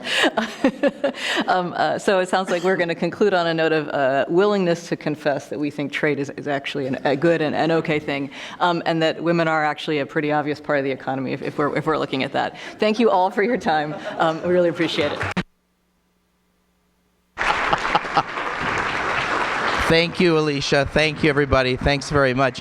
We're going to move to a second panel now with John Vasilevsky, with my friend John Simon, who's the former #2 at OPIC, my friend Lee Zach, who used to run USTDA, and we have, as a moderator, we've got me. You've got me, that guy. So oops. We've done a series of reports on nation building by other name. We've done something on DFI, and we've done some things on the Northern Triangle. All things that came up in the conversation. So I'd like to encourage you, as many people as possible, to stick around for the second panel. Thank you all very much. We're going to get started right away. Okay, we're going to get started. So where's my friend John? John, we're going to get started. Okay. So I wanted to have a second panel about, we wanted to talk about different forms of our power. Oftentimes what don't get a lot of attention are financing tools, whether it's the Development Credit Authority, whether it's OPIC, whether it's the Trade and Development Agency. But if you look at the future, if you look at the role of the private sector, if you look at, we think that ODA is oftentimes traditional grant funding is the largest wallet in the room. It's private enterprise, it's foreign direct investment, it's local capital markets. There's a whole series of other forces at work. And how the United States participates and works with those is much more important. Many people have heard about things like we need to have more infrastructure in the world, or we care about impact investing, or you care about 9 out of 10 jobs are in the private sector in the developing world. If you believe in all those things or agree with those statements, then partnering with the private sector, working with the private sector, catalyzing the private sector are all important parts of that. And there are various instruments and tools that have been used to move that forward. And we've done a lot of work here at CSIS over the last several years. So I'm really glad we've got this panel to have that part of the conversation, because I think it's important as we think about opportunities. I don't necessarily think this group needs a deep introduction, but I'll just briefly say my friend John Wasilewski, thank you, John, for being here. The founding head, office director for the Development Credit Authority at AID. You'll hear some more about that. And John's agreed to take an affiliation here at CSIS, and we're going to be doing a paper on the Development Credit Authority. My very good friend, Ambassador John Simon, who is the EVP at OPIC and someone I've known for 20 years. And thank you, John, for being here. And again, my friend Lee Zach, who really ably ran the U.S. Trade and Development Agency. And as we have countries that move from middle income to upper middle income, the organization that's going to be most interesting to those countries is going to be the Trade and Development Agency. So let me first start. I'm going to start with my friend John Simon to my right. So John, thanks for being here. You know, when I look at the development finance institutions, if you look at the year 2000, all of the investments sort of catalyzed and supported by the OPICs of the world, and then there are about 20 of them, was about $10 billion. And we did some research here last year that looked at all the investments catalyzed and supported or enabled was about $75 billion. We posit that sometime in the next 5 years, that development finance enabled investment is going to be greater than official development assistance, that's going to be surpassed sometime in the near future. And I don't think the aid community has fully thought about that. And so OPIC and IFC and other DFIs are going to be a much bigger force in the future of development. And I think it's also important as we talk about what the development future looks like, and we talk about in this town, that's important.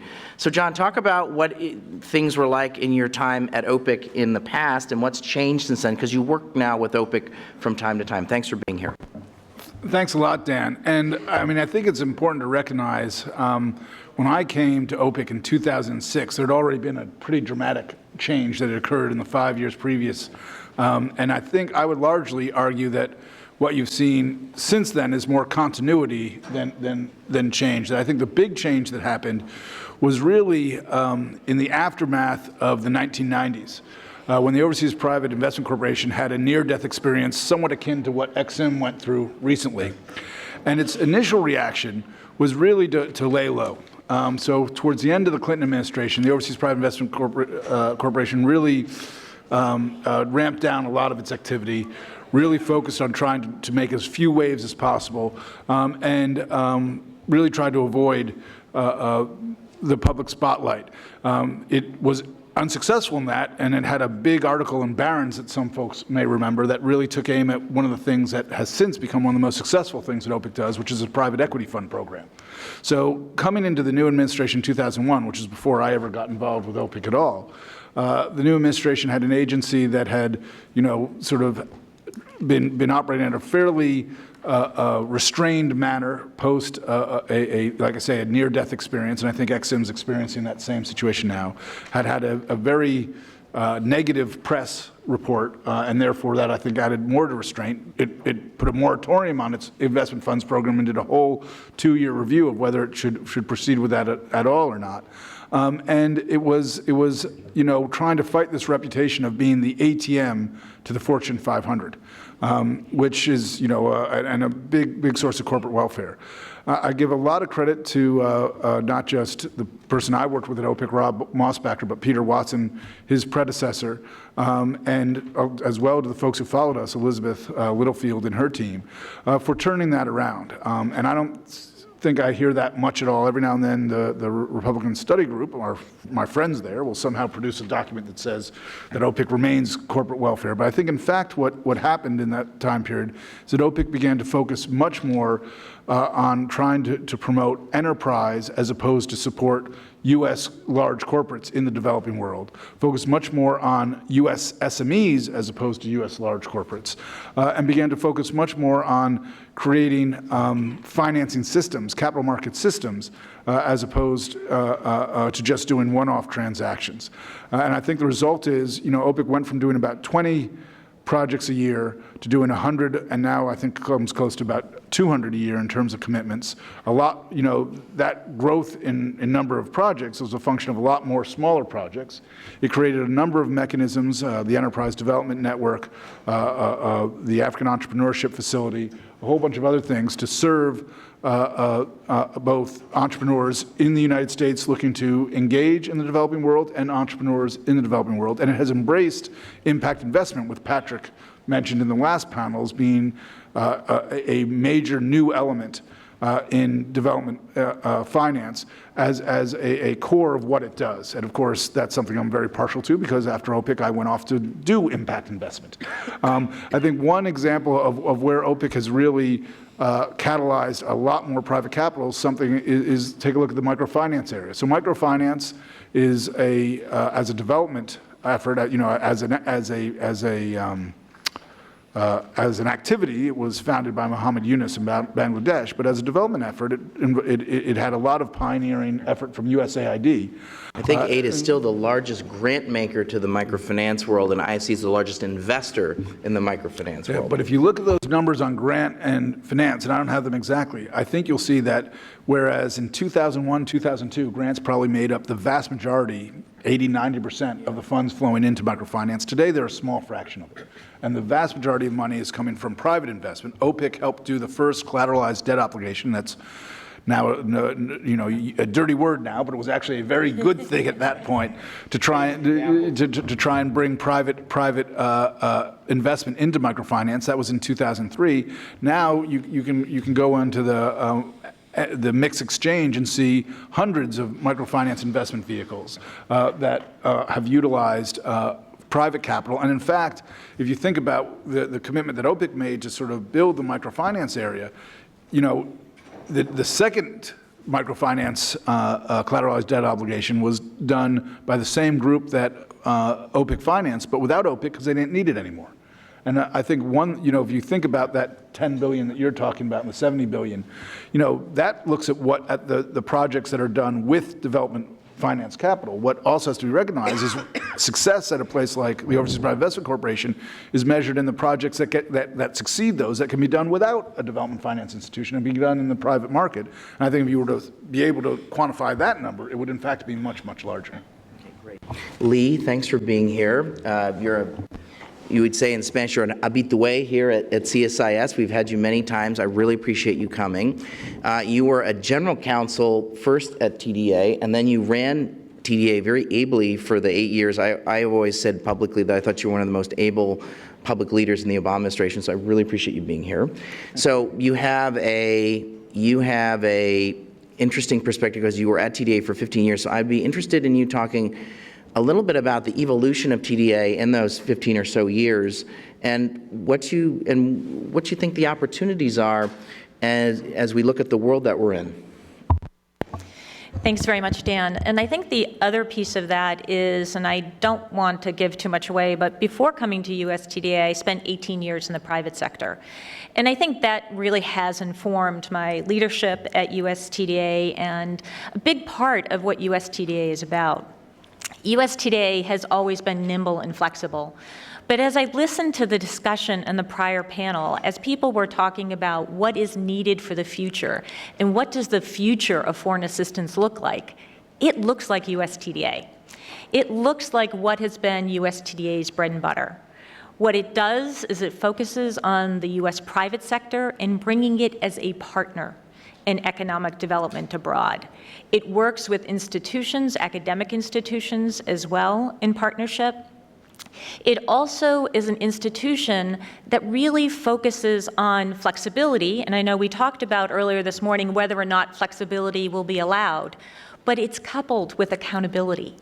And what that has resulted in at USTDA is a real change with respect to its results. People know that USTDA invests in programs. For every dollar that it invests, it was $1 to $35 in U.S. return. It's now 1 to 85. Why? Focused on programming, focused on strategy and strategic approach, focusing on bringing in the private sector, but really focusing on accountability. The agency has an amazing group of people, and allowing them to be able to innovate, to be able to create, was extremely important to these results and the success. But also equally important was people realized if they tried something, it didn't work, that was okay. Just never do it again. And I think that's the important part with a lot of institutions, that they put money into new programs, but they also don't abandon the ones that don't work.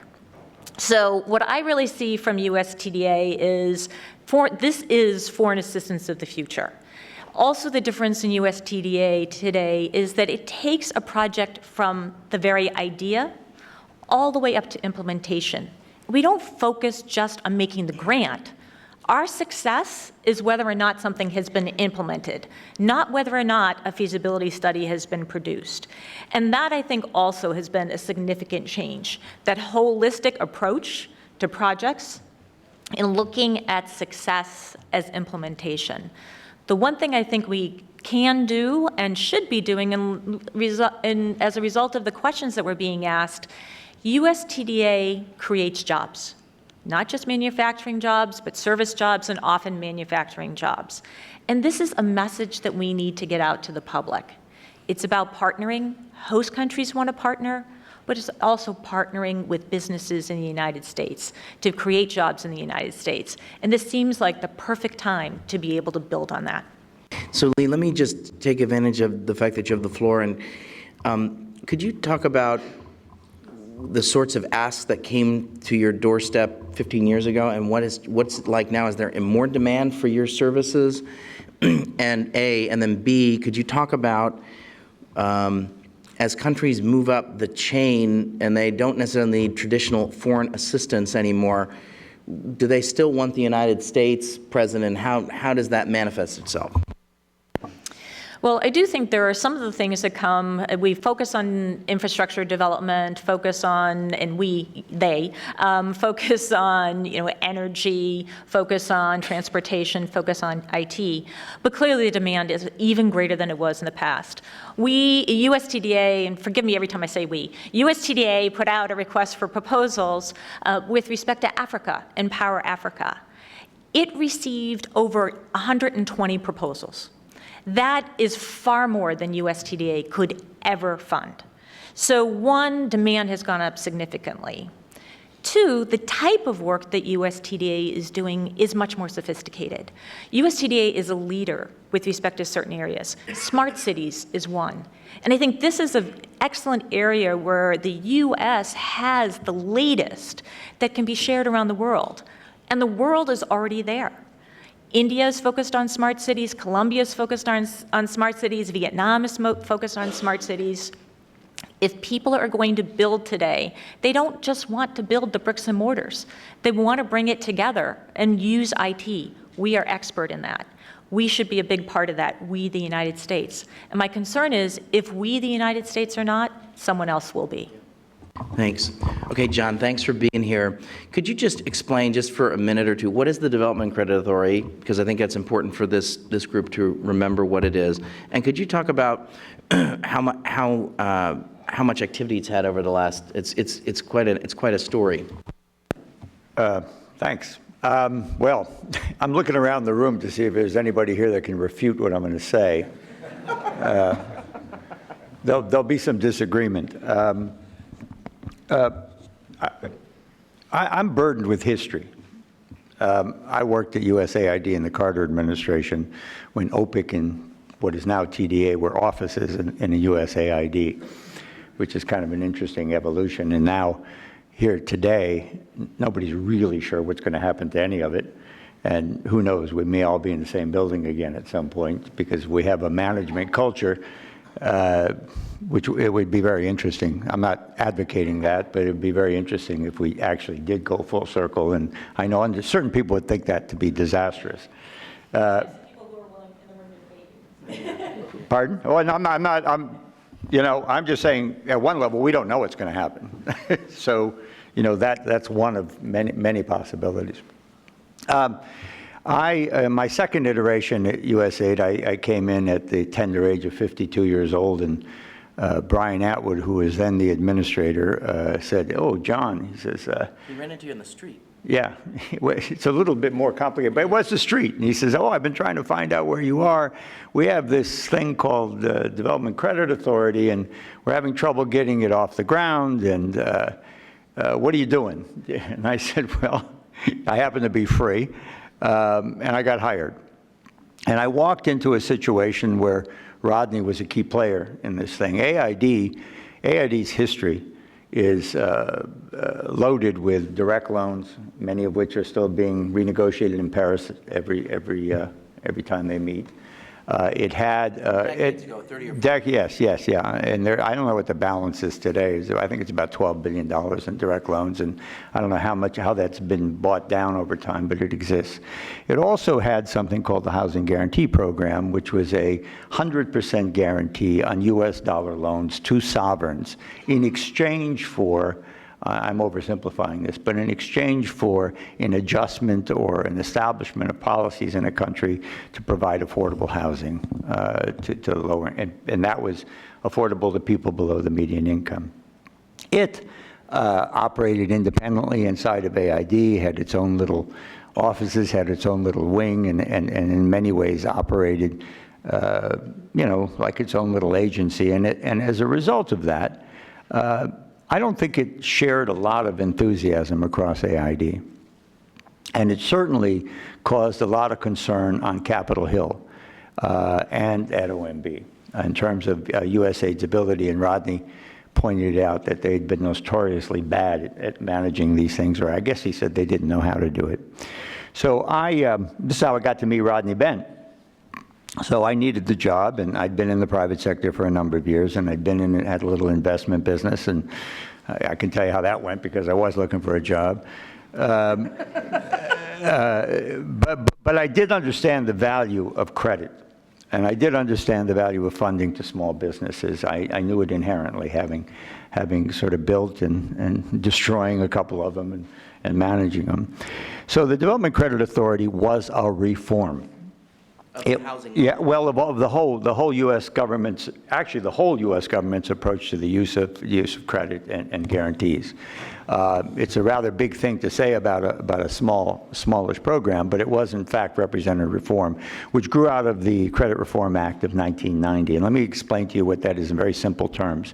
Historically, before this, when the U.S. government, any agency of the U.S. government that had loan authority or guarantee authority, had to take that loan amount or that guarantee amount out of their budget for that year.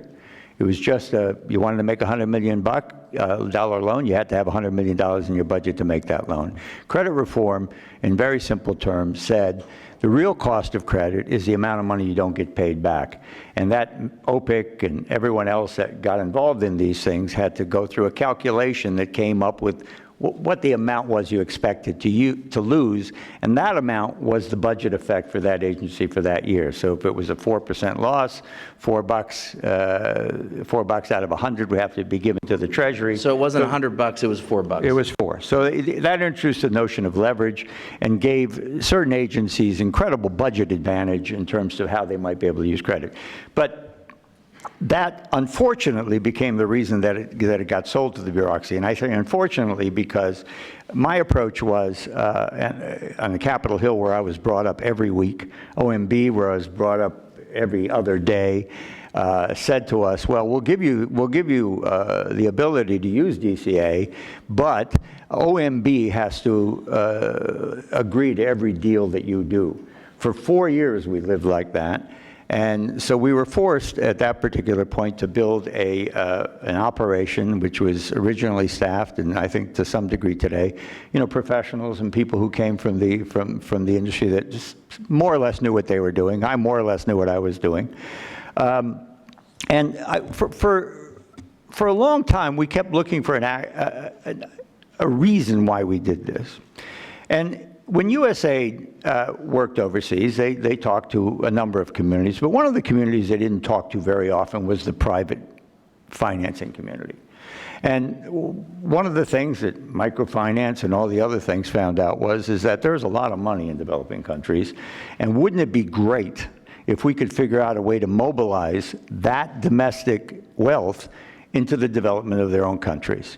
And that was the big idea. If there was ever a big idea about it, was to get people, and I remember saying it to the chairman of the Appropriations Committee once. He said, well, what the hell am I going to tell my people in Mississippi I'm doing with guaranteeing banks? And I said, well, you're going to be able to tell them, Mr. Chairman, that we're getting them to pay for their own development in a certain thing. So it was real engagement, expanding the conversation. Guys like Patrick, and if there's any other former mission directors here, now had the ability to not go hat in hand, but to go with an instrument of a real partnership to say to the president of the bank or the minister of finance or, as John pointed out, microfinance. So I'm not going to go too much in the history because but it's important and it's instructive, and it's certainly instructive to the conversation today. And I've been struggling with, well, our real charge here is not to talk about what we did and how good we're at it and how we're going to try to convince these guys that we're going to continue to be good and better at it if you just leave us alone or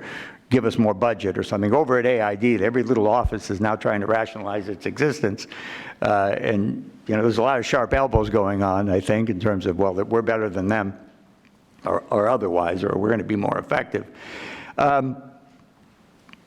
The instruction to what your main question for this morning's conversation, earlier conversation and our conversation here today is, how does soft power as it relates to foreign assistance manifest itself in the future?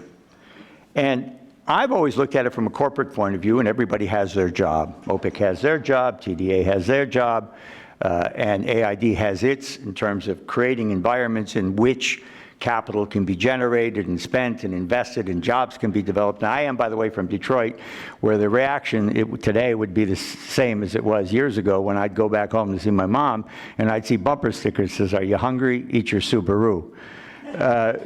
That sentiment has only gotten stronger over time. So that selling foreign aid and OPIC and everything to factory workers, I'd give up on that right now, because you can spend a lot of time rationalizing foreign assistance, and God knows the apparatus has tried. We only have 1% of our budget goes to foreign assistance, and so yeah, it's too much, But the Development Credit Authority, it gives guys like Patrick and people in the field today to, again, expand the conversation, bring into the conversation, and bring into the proposition of this local development that they really didn't have a way to do before. They would argue policy and they would argue all these very important things, but, it would just go over people's heads. So to the success. So when I left in late 2011, we had effectively mobilized $2.3 billion, I guess it was, in local capital in I think 64 countries. That number has grown to $4.2 billion, I'm told, somewhere around that neighborhood.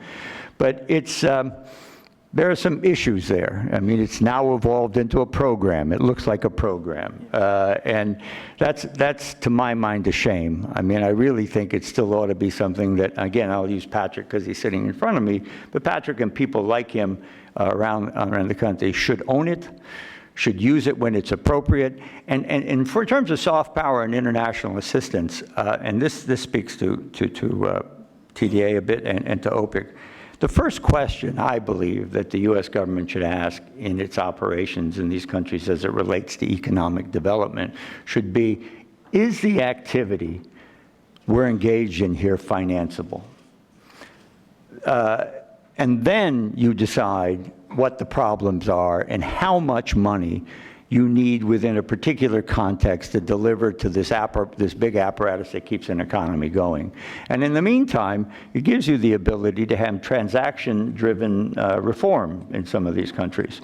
A couple of DCA deals we did became the basis for the bond laws in a couple of countries.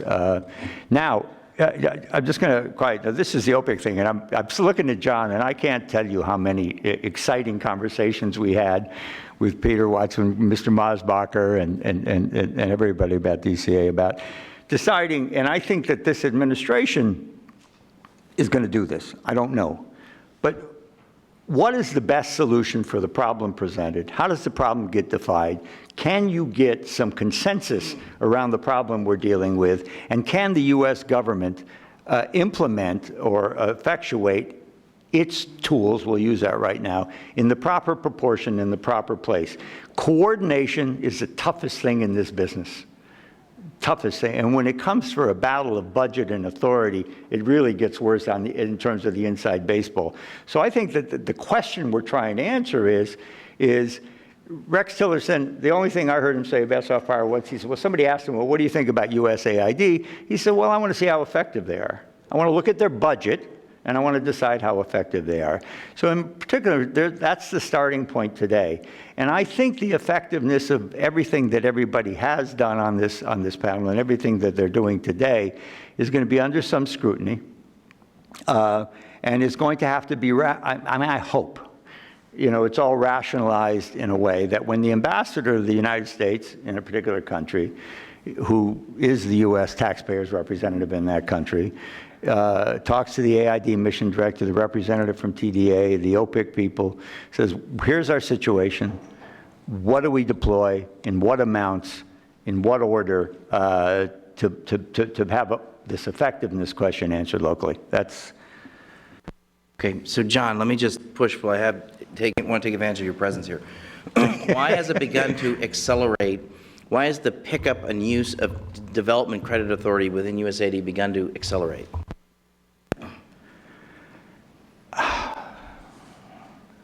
You want me to tell you what I think? And this is a personal thing. Right. So anybody... John, you're a graduate of the Dan Rundy School of Diplomacy and yeah. Nuance. I know. Everybody's standing in front of us. We're going to start throwing stuff this way. I think mission creep is an awful thing in government. I think, as I said, I believe that this cooperation environment we're all trying to work more effectively in, it's a hard task. One of the things that I tried to do was make sure that I did not own DC. You and I have had these conversations, Dan. These were not my projects. You as a mission director, you as a staff person in the field weren't spending money to buy the guarantee so that you would make me look better or promote it wasn't my program. We weren't a program. We were a tool. A grant was a tool. A technical assistance agreement was a tool.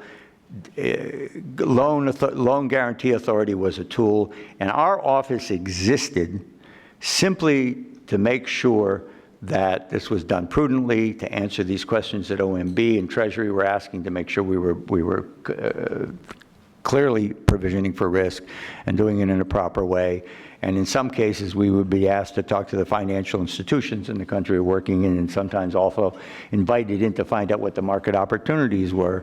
But again, it wasn't ours. And I think what's happened is I think that while I am very happy that it has grown everything, I'm a little worried that these things become captured for political purpose. Now, all of what OPIC does, what do you mean by that? Well, Power Africa is an example.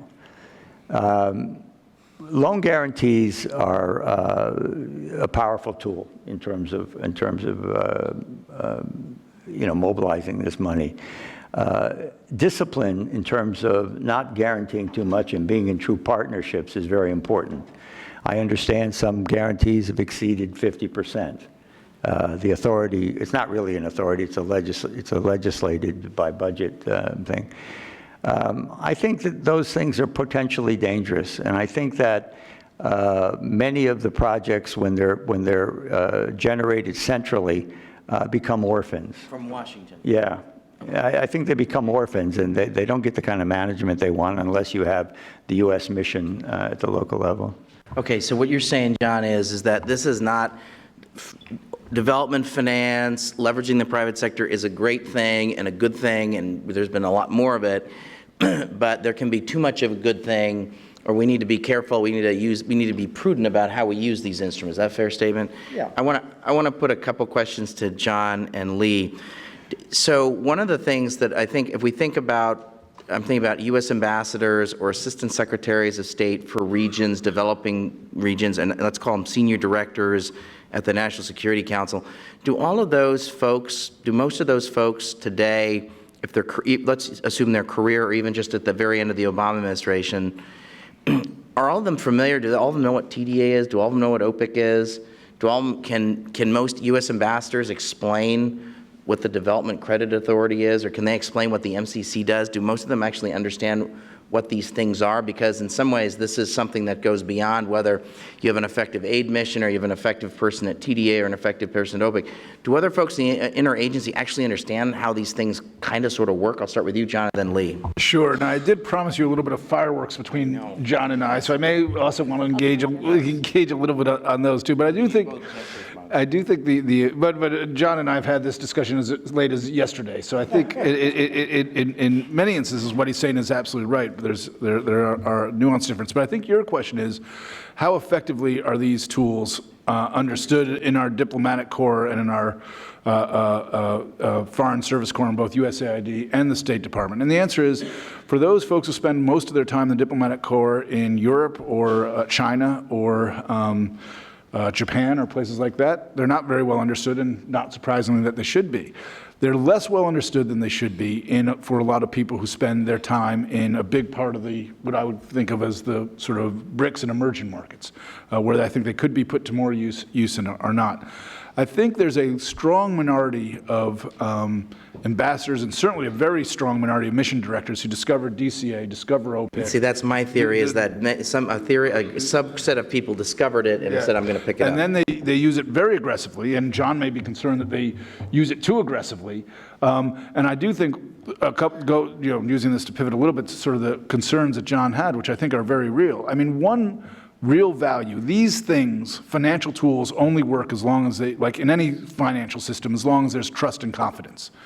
Trust and confidence are the underpinnings of all of finance. And you need to have folks like the folks at DCA, like the folks that are the Overseas Private Investment Corporation, like I believe the folks at USTDA, who rigorously underwrite these deals and make sure that you don't have too far of an extension of credit into situations that don't make sense. Now, have there been DCA deals? Have there been OPIC deals that have gone bad? Absolutely. If DCA and OPIC never had a deal go bad, they probably weren't taking on enough risk. That being said, John knows his number in terms of losses at DCA. I know it's something like less than 1% at OPIC. At DCA. Yeah. At OPIC, we were less than 2% all in. I do want to take a little bit of issue with Rodney, who said the U.S. government doesn't know how to do project finance. OPIC's main business is project finance, and project finance is probably the best part of its portfolio. And there are power plants in places like Jordan, desalination plants in Algeria, airports in Lima and Ecuador, and all over the world that have been very well project financed and have returned U.S. Government every dollar plus interest, as well as their investors very well, because they were well run, well underwritten, and well structured, largely by the OPIC team. So I think OPIC knows how to do its job. I think DCA knows how to do its job. I think USTDA knows how to do its job. The question is, what job will that be going forward? And John made the point that we should be asking, before we ever spend a grant dollar, what can be actually financed in the markets? I think that's absolutely right. Where I disagree with John is I don't think that's purely a question for the mission director. I think that's a question for the market as a whole. And while some efforts will be driven from the mission director down, some efforts will be driven from the private sector and brought to us and can be managed somewhat centrally. And sometimes, the deal works at 60%, 70%, or even, God forbid, 75% guarantee as opposed to 50%. I do think that good finance means that there's always risk outside of the U.S. government, but you can have the flexibility to have different terms for different deals. The last point I'd make, and this is to your point about what this means for the projection of soft power, is that if throughout the world, developed countries, developing countries, outside the United States, the most interaction your typical person, non-U.S. person has with the U.S. is not through the embassy, it's not through the aid program, it's not through the consular services, it's through American companies. That's how they interact with the U.S. And so finding a way to utilize the tools that we have to give American companies a larger role in the world as a whole and do it in a way that's responsible and respectable is a huge force multiplier for us in terms of projecting for soft power. Thank you. Lee, do folks in government understand TDA? I know, knowing when you were leading TDA, I know the answer to that is yes, but get a little bit more subtlety to that, to my answer of yes.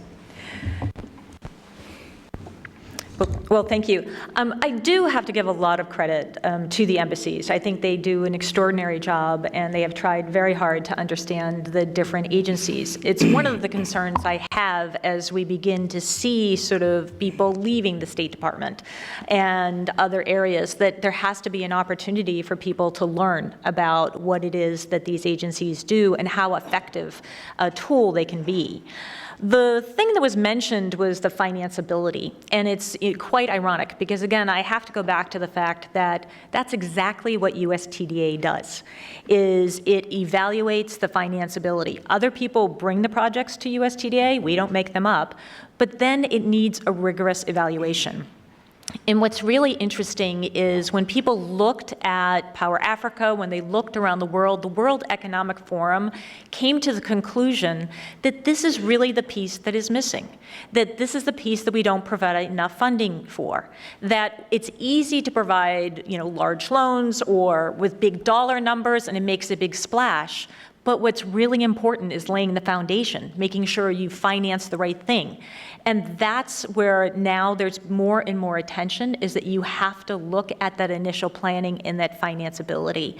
So I think it's important, but I think it's something that we actually are going to, and I know it's a tough time to be talking about money, but this is something that we're going to have to invest in more, is what is the financeability. And there are experts to do it, and it takes experts to do it. The one thing I do want to go back to that I disagree with John on a couple things. One is explaining to Detroit. I actually think we have to explain. No, I'm from Lynn, which is close enough. No, Massachusetts. But it's an M word. But we have to explain to Detroit. And if you had walked into our director's conference room, you would have seen two pictures on the wall. One was a picture of Sri Lankan children around a water tank for fresh water. The other picture you would have seen was of a factory with a huge American flag in the background, where workers had stopped and welcomed members of USTDA and thanked them for the fact that we had provided a grant that allowed them to create equipment that then was shipped abroad. Where was the factory? It was in Red Bud, Illinois. And when I went to visit that factory, it was one of the areas where it had, the corrugated roof types of factories around it. Many of them were shuttered. And this particular factory was open, and they had people applying at their door. And the really significant thing about it is that we had provided a grant to do the feasibility study for them to be able to ship equipment for processing of food abroad. Once we provided that initial grant, and once they went abroad and they were shipping this equipment abroad, they found other markets. They now had experience. They didn't have to come back to us after that. So I think one of the things we probably could do better is to tell those stories, to reach out to Detroit, to reach out to other places, to talk about the fact that economic development benefits abroad, benefits them, creates jobs, but also, as was mentioned this morning, 12 out of 15 of our largest trade partners at some point were recipients of economic development assistance. That's the story we need to tell. John, you had a comment you wanted to make. No, I think we'd just go to the questions. I want to clear something up. I just kind of said building a factory and giving a message. I mean, that's a strong message. But having the conversation about the value of foreign aid in the midst of a disaster to some people is my point. They have other issues on their mind, is what I'm thinking. I would say that there is an opportunity here, just thinking about this. I do think that telling people that we're going to do something with foreign aid is something of a political loser. I do think showing people a factory, saying we're doing something to build partnerships, to strengthen supply chains, to do the actual things that, taking it out of the abstract and putting it into the concrete. I think everything we've done in the purely humanitarian area, not a subject to this panel, but But I think everything we've done in the purely humanitarian area, the food aid, the PEPFAR, the President's Malaria Initiative, has huge support across the country. When you say, oh, we're saving those kids, people support it. You say we're giving money to foreign aid, the image is it going into Swiss bank accounts, and people don't. So I think you win this political fight not by having an abstract discussion on the merits of whether it's aid or investment facilitation or whatever it is. You win this discussion by showing what you actually can do. So Lee, how do we make the case for U.S. engagement in the world? Well, one, I want to thank you because you're making that case. And I want to thank the people who are participating today because this is really where it comes from. It has to come from all areas. It can't come from the government itself. It has to come from the private sector talking about the importance of this. It has to come from academia. I think one of the things that I would like to have seen more is more connection with the think tanks. It would be really great if U.S. government agencies could take some of their problems that they're trying to solve and actually put them in the think tanks and say, can you think about this for us? So part of it... I'm available. Just saying. But we also have to give everyone the flexibility in government to be able to do that. And so I think that's one of the things we really need to think about is to be able to, especially in these very sophisticated areas, give people the tools to be able to do these types of things, to be able to experiment, to innovate, but hold them accountable at the same time. Thank you. I want to get one or two questions from the audience. There's a lot of thoughtful people here. I'm happy to call on folks. My friend in the middle here. Someone else? Could you please stand up? Thank you, Dan. I'm Michael Davidson. I'm with a Danish consulting firm now, but I want to reflect on something that happened 23 years ago, and that was I turned off the light of UNIDO, United Nations Industrial Development Office, DC office, because funding was pulled there, and we did some anecdotal evidence about how many jobs that was created and so forth. So it's very interesting that we still have this, we kind of have that conversation that I was trying to have almost 25 years ago. And I think what is happening is that the foreign assistance organizations, whether they're bilateral or multilateral, are not good enough at collecting the good stories, the anecdotal stories, and disseminate them broadly. And then also I was just thinking about something this morning is that we have different target groups. Right now the decision makers on the Hill, they're pretty sophisticated and they have a political agenda. You have to convince them that foreign assistance is the right thing to do. And then you have the voters that is emphasized by Detroit and Michigan, and they have a different agenda.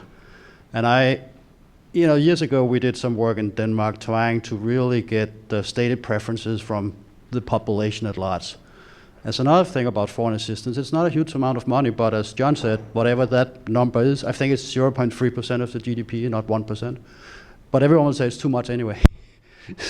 So maybe, Dan, you have a new project here. Go out and do some stated preferences about the voters in Michigan and Detroit and kind of get their real sense of where foreign assistance is all about. And then you kind of have to, we know what the politicians are thinking, but you have to tell the story to the politicians. So that's a nice little project for you to work on for the next couple of months. Thank you. So I'd love to get one other comment or question. This woman back here. Chris. In the red? In the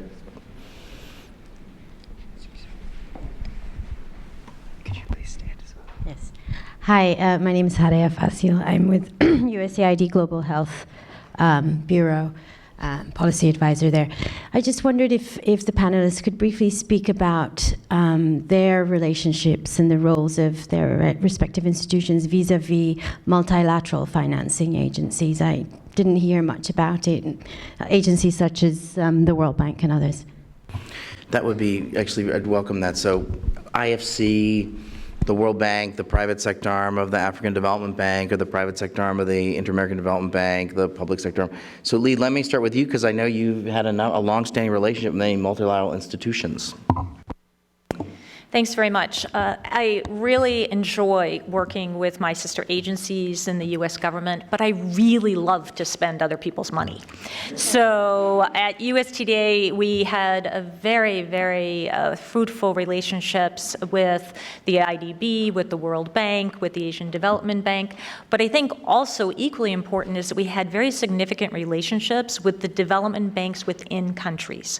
So I do think that there's a very important role to be working with the multilaterals, but there's also a very important role to be working with regional banks and also domestic banks as well. But we had a partnership with DOE and the IDB focused on energy. We had a partnership with the World Bank focused on procurement.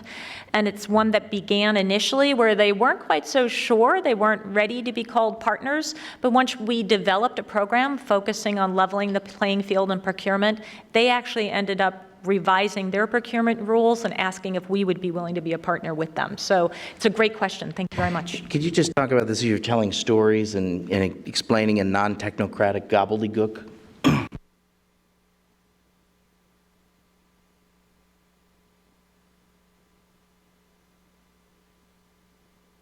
Well, yeah, the fact it's a very powerful story. Well, I think, one of the things, and I will say one of the things we talked about at US Today and sort of our strategy was to be sure not only were we doing excellent work, but that the taxpayer had an opportunity to know about it. And as a matter of fact, if you look at our annual report, it had been revised to basically try to do a better job of telling that story, reaching out both and telling the story of what we achieved abroad, but also how it is that there was mutual benefit in the U.S. But it's also a problem for an agency the size of USTDA. We don't have nearly enough people to be able to get that story out. So as a result, we need other people to serve as multipliers. And again, it's why it's so important to be working with folks like Dan and also many of the people that I see around the room. We at USTDA can tell our story. Or they at USTDA can tell their story. I still have to get used to this. But even more importantly is if you tell our story of how it is that you benefited, what you saw, how it is that there was a change as a result of USTDA. Others people's voices are the most important voices. John? Yeah, so two questions here. One, the issue of collaboration with both the peers at development finance institutions and then the big kahunas, the multilaterals. The aid agencies of the world have an annual meeting, Tidewater, where all the heads of the aid agencies get together and talk things out. The development finance institutions really never had anything like that. The European development finance institutions got together in a group, and I think that's brought together a big number of the development finance institutions, and they now do have a bit more of that knowledge sharing and cross collaboration. And they've invited the head of OPIC has attended several of their meetings, and so I think EDFI may be a that's right. And since Canada doesn't really have a purely development finance they're working on it. Institution, basically EDFI plus OPIC becomes a little bit like Tidewater. So that brings a lot of the bilaterals together. When we were at OPIC, we're in the same town as the IFC. We tried to cooperate a lot more than we had. We would have annual sort of get-togethers with the senior management of IFC and the senior management of OPIC. The challenge was there was just such a mismatch in terms of size and scale between them and us. And it was very difficult sometimes to figure out how to work together. We did work together on a few initiatives. The Middle East Investment Initiative, which is a really successful effort to provide credit to businesses in the West Bank, was started as a collaboration between IFC and OPIC. And we did work on an SME initiative for Latin America with the Inter-American Development Bank, which not only is in the same town, but is actually just across the street. So we were able to do some of that collaboration, but I think that the opportunity is much greater, and it's sort of something that I think has also continued to progress a bit. On the telling stories. Yeah, the issue of telling stories. They're just. I absolutely think that part of the way that you build support is, like I said, through concrete efforts. I think one thing that Elizabeth Littlefield did is she launched the OPIC Impact Awards, which basically highlighted a number of deals that were particularly impactful in making a difference. And I think that's one way to tell people what has happened. I think there have been 3 sets of it. We've had one of the companies we work with, the Medical Credit Fund, was one of the winners of the first Impact Award. And that's a very interesting collaboration between a number of members of the G20. It actually did get money through the IFC, through the G20 SME Award. The Dutch government, USAID, put $1 million into it, and OPIC put $5.5 million into the first round. They've upped that to $7 million, along with the Soros Economic Development Fund, the Gates Foundation, Calvert Foundation, and a number of private investors. And to date, that's provided $20 million, more than $20 million of credit to hospitals and clinics, private sector hospitals and clinics in Africa, and it's ramping up quite rapidly in a very challenging environment, in an area where traditionally banks had a very, very tough time lending to those types of institutions. So John, is the skepticism towards traditional development aid, is that warranted up in whether it's in the National Security Council or whether it's at the Defense Department or whether it's on Capitol Hill? What would you say to if someone were to say, you used to be at the NSC, so put on your old NSC hat, what would you say if someone said, that stuff doesn't really work? What would you say to that? Yeah, so I think if you think about the data point we're dealing with, a 37% cut in the 150 account, which also funds embassy staff, State Department personnel, as well as AID programs. I haven't done the in-depth analysis that I think is required to figure out what that would look like, but my gut reaction is that would require significant, that just would be, in essence, virtually impossible without closing down missions and embassies around the world and really pulling back from a big part of it. So thinking that what we do in the 150 account, which is a lot of state as well as a lot of USAID, is worthy of 37% reduction, I don't think that's justifiable at all. That doesn't mean everything we're doing is working.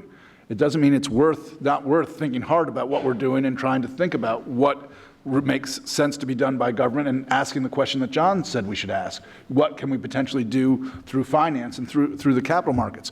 But I would argue the money that you could save through things like that is you're going to get a much bigger return across a whole series of elements if you reinvest that in the things that are working.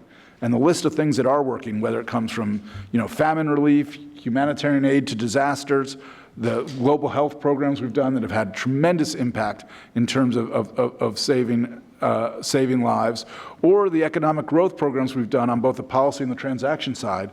I mean, all those things, if you add up in terms of benefits that's had to the United States, in terms of stabilizing countries, more markets, less instances where we have to deploy, as General Mattis said, bullets instead of things, instead of troops on the ground, instead of aid officers, and frankly, as Patrick said, because it's the right thing to do, I think there's no question that there's enough that's being done right in that account that's worthy of more funding, not less. So why does the aid community have such a hard time explaining in plain English terms what they do?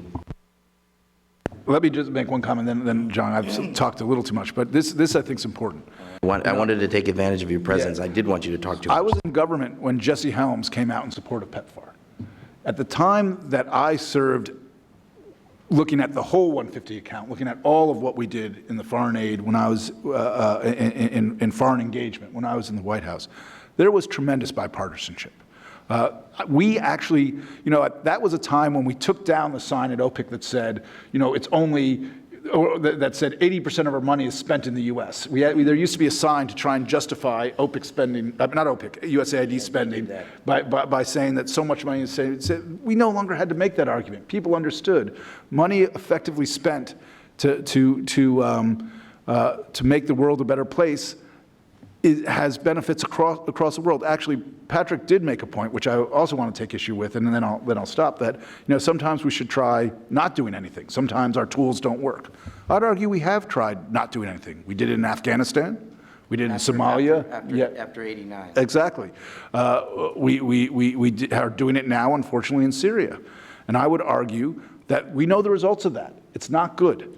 The things we do to help stop those things, and there's a whole range of tools from, what the DART teams do when they come into a natural disaster to what, Lee's folks do when they try and create a new housing finance system or a new logistical system in a emerging economy. Those all make a big difference. And I just want to stress, it doesn't mean everything along the way is working, but there's enough that's working that if we can make real savings, we should be reinvesting in the things that are.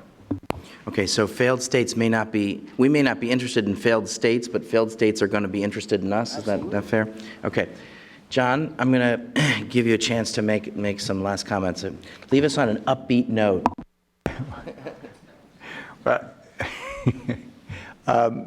Well, a couple days ago, I read in the New York Times, Pope Francis had said, sort of instructing people how to deal with helping poor people. And he had a story about a panhandler, and he says, when you give a panhandler $1, look him in the eye or look her in the eye when you give it to them, helping them maintain their dignity. And I've been trying, and I think as I'm listening to the conversation, try to apply that here. And I think things like partnerships, we use that word a lot, but a true partnership where people are engaged. I'll put in a plug for this local capital. You know, if you're a partner in business with people, they're more likely to pay attention to the business and more likely to pay attention to you and your story, and you're probably going to hear their story a little clearer. So I've seen that happen more and more over the years, where, you know, the people who are the recipients of whatever the largesse is, when they're involved in coming up with the solution, it always works out better. You know, and these are negotiated. You know, they're negotiated in terms of a very basic fundamental relationship as a giver to a receiver, and then that would be the case at the larger level with the U.S. engaging. And they show their appreciation. There are highways named after George Bush because of PEPFAR in Ghana, for example. That kind of thing hasn't happened much in foreign assistance, but acknowledgement of a community like the United States of America not giving up, but making their dollars available to make life better has manifested itself in good results. And I just think we have to look for more of that. And again, we have to use everything available in the right proportion, in the right delivery system that not just magnifies what TDA does, magnifies what OPIC does, and just gets exponentially bigger bang for your buck out of USAID. I don't just mean using credit. I mean using it all as an ecosystem, if you will, in a hackneyed term, to deliver the best possible result on the ground and for my old pals in Detroit.